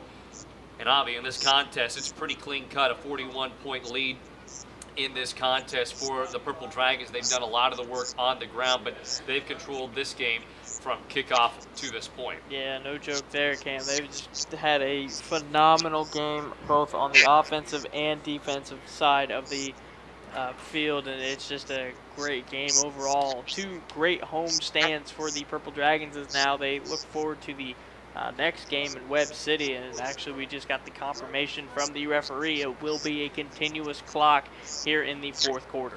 It is a 41-point advantage as stated before, so clock will continue to run despite players being pushed out of bounds. I think the only thing that can stop a clock in this situation is a timeout. If Coach Shields elects to use one. It's a 4 wide receiver set, all spread out, 2 on each side for Kimberlin as he brings a man in motion from right to left. It's Riker Donovan. It's a handoff to Donovan as Donovan actually loses the football at the end of the play, but I think Donovan's knee was down at the 10-yard line. No official confirmation yet. It is. Okay. Yep. So that will bring up a 3rd and long scenario. Great snag by Kimberlin as that snap went almost over his head. It is a 4th down, so they'll actually have to punt it away. Yeah, great snag by Kimberlin. That almost went into the back of the end zone. So 4th down and 13 following back-to-back false start penalties to begin this drive. Kimberlin has both of his hands up, asking for an additional player, I think. Yeah, they were 1 man short. There were only 10 men on the field. 10 seconds on the play clock. Kimberlin now needs the snap. 6 seconds on the play clock. He gets it off, but just by the skin of his teeth as the ball takes a hop at the 35-yard line of Chanute and continues to roll inside of the inside of the 40 to the 43-yard line where the Purple Dragons will take control. So under 11 minutes here, we got a good starting point here for the second string, if you will, for the Purple Dragons as they ended up punting last time. Todd Roark looking to see if he can get his team down the field this time. So Ty Rourke, as you alluded to, Avi makes his way out onto the field, and you and I talked about this prior to the game. You aren't a big fan of the digital camo pants that the Purple Dragons are sporting tonight. Yeah, I don't know what it is. I think digital camo is the thing nowadays with the younger kids. Never had with that. the younger kids? Hey, How old are you? 35? I feel that way, my man. This guy is 21 years old. 22 years old, excuse me. As Roar quickly pitches it towards the left side of the field. His hat back in. Freeman tries to skitter forward, and he's past the 41 to the 40-yard line as he picks up maybe 3 yards. He got away from one defender, and he kept continuing to go to the outside instead of turn it upfield. Finally did, as 2 Dragons come in, 2 come off. It is number 33 in Dennis Hikes, and then number 28, Jordan Johnson, in for the Dragons. So 2 Purple Dragons players on the offensive side of things make their way out onto the field under the discretion and conducting manner of Tom Nicholson. 9:29 remaining in the contest. Rourke lines up under center. 2 wide receivers set, 1 on each side. Hand off to Mankin, and Mankin just a man on the mission as he crosses the 35 to the 32-yard line. Mankin carrying it like the old Mike Allstott, just 2 hands on the ball and just let him do his thing. Who's going to get in front of that guy? That is enough for a first down after the 7-yard expedition from Mankin. And my goodness, Mankin, as you said, he just covered that football up with both hands as if he was running with bread, not wanting to squish it, and then made his way across the 33 to the 32-yard line. 48-7 the score. PHS has a 41-point advantage in this contest over Chanute as they prepare next week for Webb City, followed by that Fort Scott. Turnaround handoff. Rourke finds his man and Freeman carries 2 defenders despite his small stature for about 2 additional yards. Clock continuing to run here. We're about 8:30 left here in the game, as it looks like they're just going to continue to keep 7 guys in and out, just get them some reputation, get them some game time in here for the Purple Dragons, some experience, Cam. Freeman picks up 7 yards on the run, and a special shout out to Shelby White back at our KSHQ studio. Webb City beat Willard tonight 55-10, so it's a daunting matchup and maybe a clash of titans, if I can be a hype man for a moment, between Pittsburg High and Webb City. I formation, Rourke lines up under center as he has Mankin as his fullback and Freeman as his running back. It's a handoff. Freeman accelerates, lowers his shoulder, and plows over a defender. And excuse me, that is not Freeman. It's been Bringer on the play, and Bringer brought the hammer on the play as he crosses the 20 to the 15-yard line as he exploded for 10 yards. Good play right there. Whenever you get your chance, you take advantage of it, right, Cam? My goodness. So we've seen 2 runs that have featured 2 power backs, and Bringer, not that he's massive in size or anything. I mean, he has a good physique. He's about 6 feet tall, 180, but man, he just ran with such ferocity and with such a violent tendency that he completely ran over one of the Chanute players. Yeah, it's a great way, and he's got to say, Cam, he used that hit stick right there. 1st and 10. From the 14-yard line of Chanute, a quick pitch to the outside. Once again, it's Bringer. Bringer tries to hit the brakes and cut back inside, but he's wrapped up around the ankles and lassoed down at the 10-yard line. A pickup of about 3 to 4 yards from Bringer as he tried to prospect the offensive line and see who he had blocking in front of him and field his way for a short gain. Yeah, good idea. He tried cutting it back in. It was just not enough time to do anything with it, but getting some yards out of nothing. Now it's the 2nd 11 at the 11-yard line, 6:30 on the clock. Inside the red zone, and PHS has capitalized on all of their attempts inside of the 20-yard line as this offense has been manhandling the front of Chanute, led by head coach Chris Shields. 48-7 the score, 6:12 remaining in this contest. Rourke lines up under center, I formation, 2 wide receivers set, hand off to Mankin, and then Mankin is immediately squashed past the 10 to the 8-yard line for a pickup of nearly 3 yards, which will set up a 3rd and short scenario. 2 on, 2 off, exactly what the Purple Dragons have been doing all drive. Just bring in some new, fresh bodies every time. Rourke gets the call, and then he will head back to his team and let them know what the play is. Freeman also makes his way out onto the field as we see a carousel of halfbacks from Coach Tom Nicholson as he's trying to find his halfback of the future. We know Corbin Jefferson is excellent, but how about Freeman? And in addition, Bringer. Bringer this season is just a junior. Freeman also an upperclassman this year, as he is in addition a junior. And timeout used by Coach Tom Nicholson, as the offense was not set correctly. And with 5:20 on the clock, it's a 41-point edge for the Purple Dragons. 48-7 the score.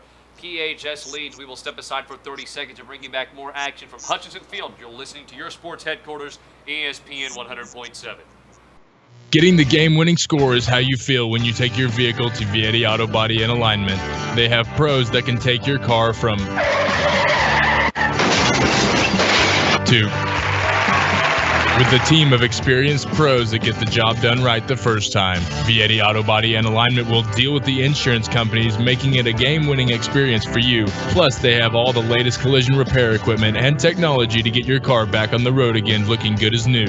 Vietti Auto Body and Alignment voted your #1 choice for auto body repair and independent service and repair again this year on 4th Street since 1948, or call 231-6230. Find them fast in names and numbers. Now back to Dragon football. Purple Dragons disembark from the sidelines and are now lined up for a 3rd and 4 situation from the 8-yard line of Chanute inside of the red zone. Roark on the read, pitches it out to Freeman. Freeman with a seam towards the far side of the field. He cuts it between 2 defenders as he splits and spins. He scores. An 8-yard touchdown rush from the likes of Brett Freeman, the junior, who just checks in at 5'6", 140 pounds. But that's 140 pounds of meat. Well, there you go. It's the play they have ran every single time in the goal line. It's the speed option immediately. Quick hand or pitch by Roark to his man to get him in the end zone. So Nathan Neef, who has missed 2 extra point attempts in this contest, will try not to make it a hat trick. Neef awaits the snap. Roark gets the snap, pulls it down. Neef kick is up, and it slips in between the uprights. No, excuse me, it is no good. As a hook to the left side of the goal. So again, 3 missed PATs in this contest. However, the score is now 54-7 as the Purple Dragons still hold an outstanding lead over the beleaguered Chanute Blue Comets. We will step aside for 30 seconds to bring you back the last 4 minutes of contest here from Pittsburg, Kansas. You're listening to your home of Purple Dragon football, ESPN 100.7, your sports headquarters.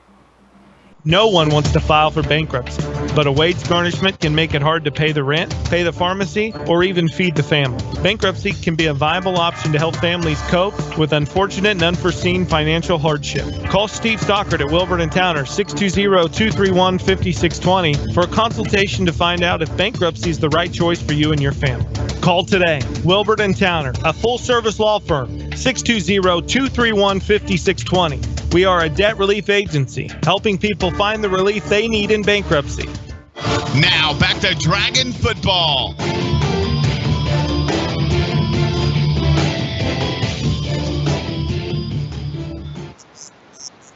Drive that started in Chanute territory for the Purple Dragons that resulted in a Brett Freeman 8-yard touchdown rush. And Freeman with some really nice moves. He split 2 Blue Comet defenders and then spun into the end zone for a bit of flair at the end as Nathan Neef missed the point after touchdown attempt. Score 54-7. PHS with obscure score on the scoreboard. I don't think I've ever seen a game that had 54 points scored by a team.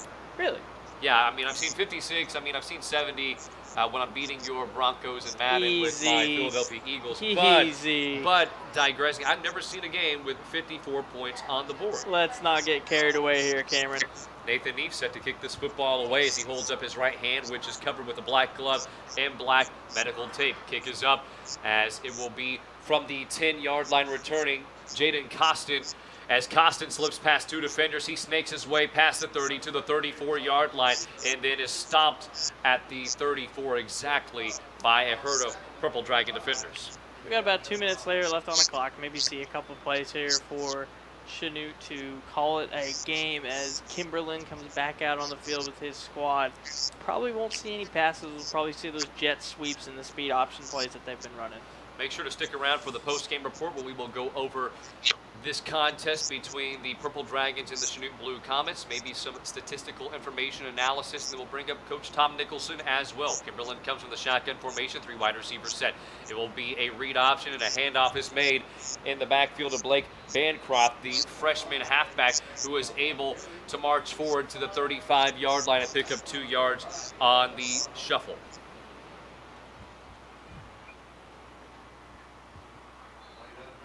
Clock continuing to wind down. You start to see a lot of people head towards the exit signs. They're actually heading towards to get to the field after the game to go talk to the players. 2nd down and 8 from the 35-yard line of Chanute. It will be the Blue Comets in their own territory. Bancroft to the left of Kimberlin. And now with 6 seconds on the play clock, it looks as if Coach Shields is going to use a timeout.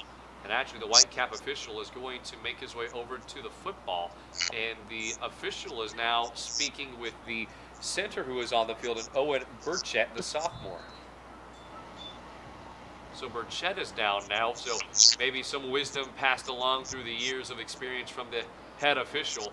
Burchett lines up his right hand on the football. It will be a snap over to Kimberlin. Kimberlin hands it off, and winding towards the right side of the field is Costin again. Costin using that speed to accelerate past the first down marker and nearly into PHS territory as he steps out of bounds at the 45-yard line. Again, at 10 yards. Well, there you go, and then we will see one last play potentially here. 27 seconds on the clock, and we may see one last play, as you said, Avi. And actually, Kimberlin is just going to hang back with 19 seconds. Play clock is at 19. I think there's about a 3-second difference between the game clock and the play clock. We will see a play run. Kimberlin will read the defense, hands off to Bancroft, and Bancroft with a good run to the 45-yard line inside Pittsburgh territory as he's able to make his way past the defense for a 9-yard run. So some positive signs shown from this Chanute Blue Comet team. However, they do not own the night. That belongs to the home team in the Pittsburg High Purple Dragons as they prevail in this contest with a final score of 54-7. We will step aside 2 minutes and bring you back some final notes from this contest, including some statistics that we told you in the first half. And then in addition, we will bring you up PHS head football coach Tom Nicholson. And after that, just to give you the lowdown, we'll toss it back to Shelby White at our KSHQ studios as he is hosting the Campus Bookstore Scoreboard Show. Back in 2 minutes from Hutchinson Field for the last time here on ESPN 100.7, your sports headquarters.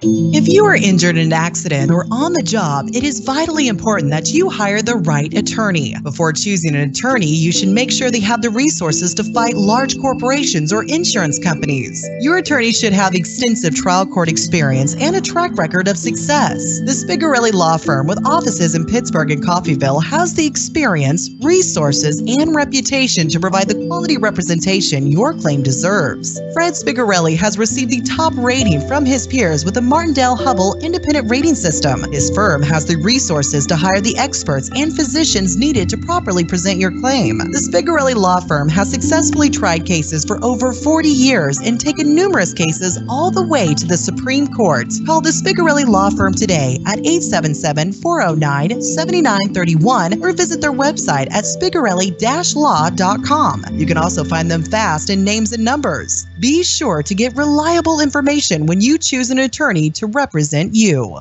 The true test of a great insurance agency comes when you suffer a loss. It's easy to take your premiums, but Ray Ryan of Ryan Insurance of Pittsburgh knows that handling your claim is the most important service an insured needs. Claim is our chance to let the customer know that we'll be out there, not just that we sold them a policy, we'll also be there when a claim occurs to make sure it gets handled in an honest, respectable way. Ryan Insurance of Pittsburgh, a trusted choice agency. Find them fast in names and numbers. Paynes Incorporated in Frontenac is the driveline specialist. Paynes handles all driveline repairs for cars, trucks, four-wheel drive vehicles, and farm equipment. Paynes can also handle any general machine work and offers 24-hour record service. Call Paynes anytime, 231-3170. Paynes Incorporated is located at the intersection of West McKay and Highway 69 Frontenac Junction. Paynes Incorporated in Frontenac is the driveline specialist. Now back to Dragon football.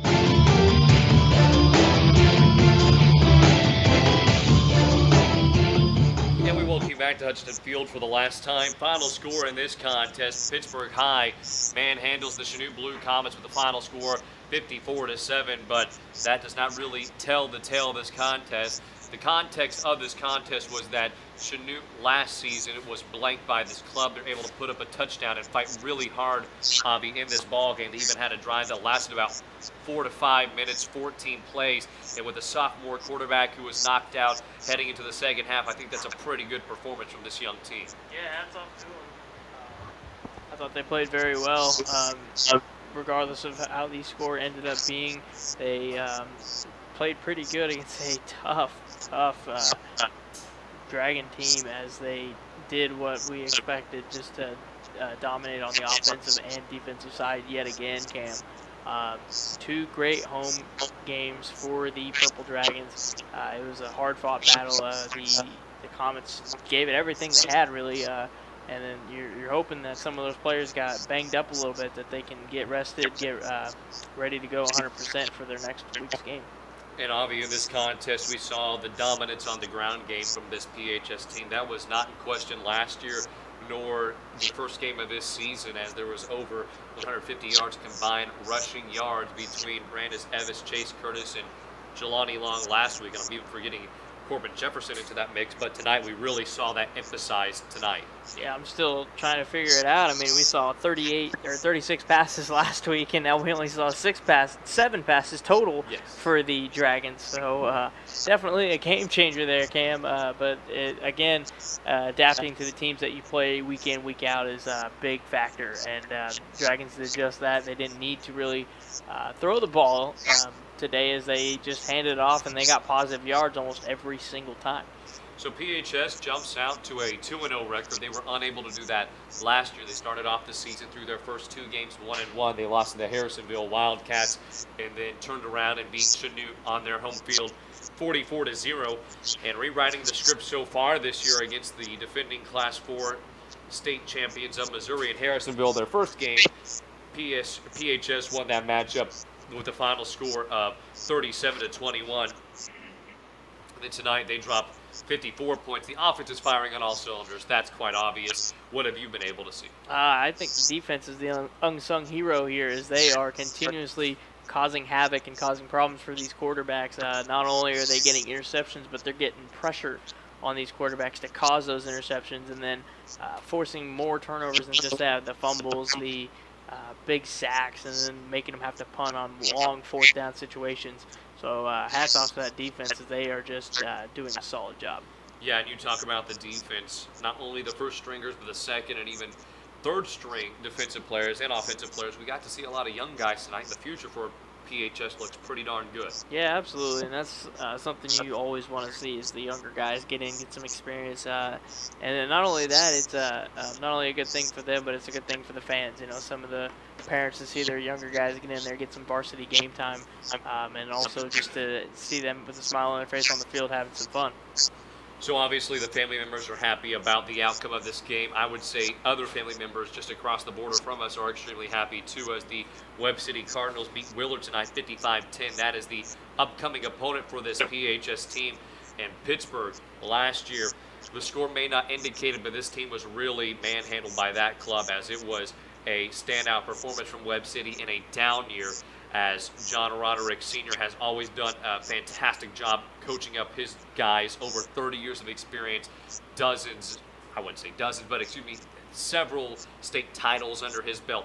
A lot of experience coming in, and especially for PHS, they'll be on the road, so that's going to be a different dynamic considering they're away from Hutchinson Field. Yeah, you know, Webb City is known for some very strong, successful football play over there, Cam. We've seen them time and time again do a very great job, and a lot of people were surprised with last year's result with that team.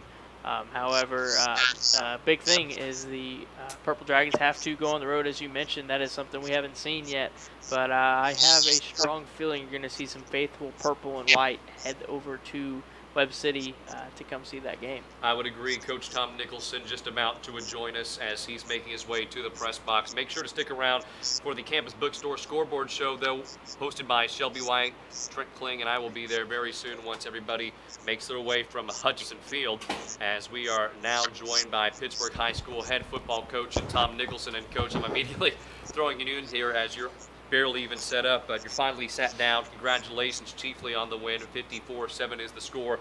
But, Coach, first of all, we want to put into perspective, this Chanute team last year was blanked by you guys. The final score was 44-0. We've seen improvement on their side of the ball. Can you talk about maybe being in a position like Coach Shields in years past and what rigors you have to go through to get your team to where you want it to be? Well, I mean, it's tough, and he's got a young team, and he's got a team that's got a lot of speed.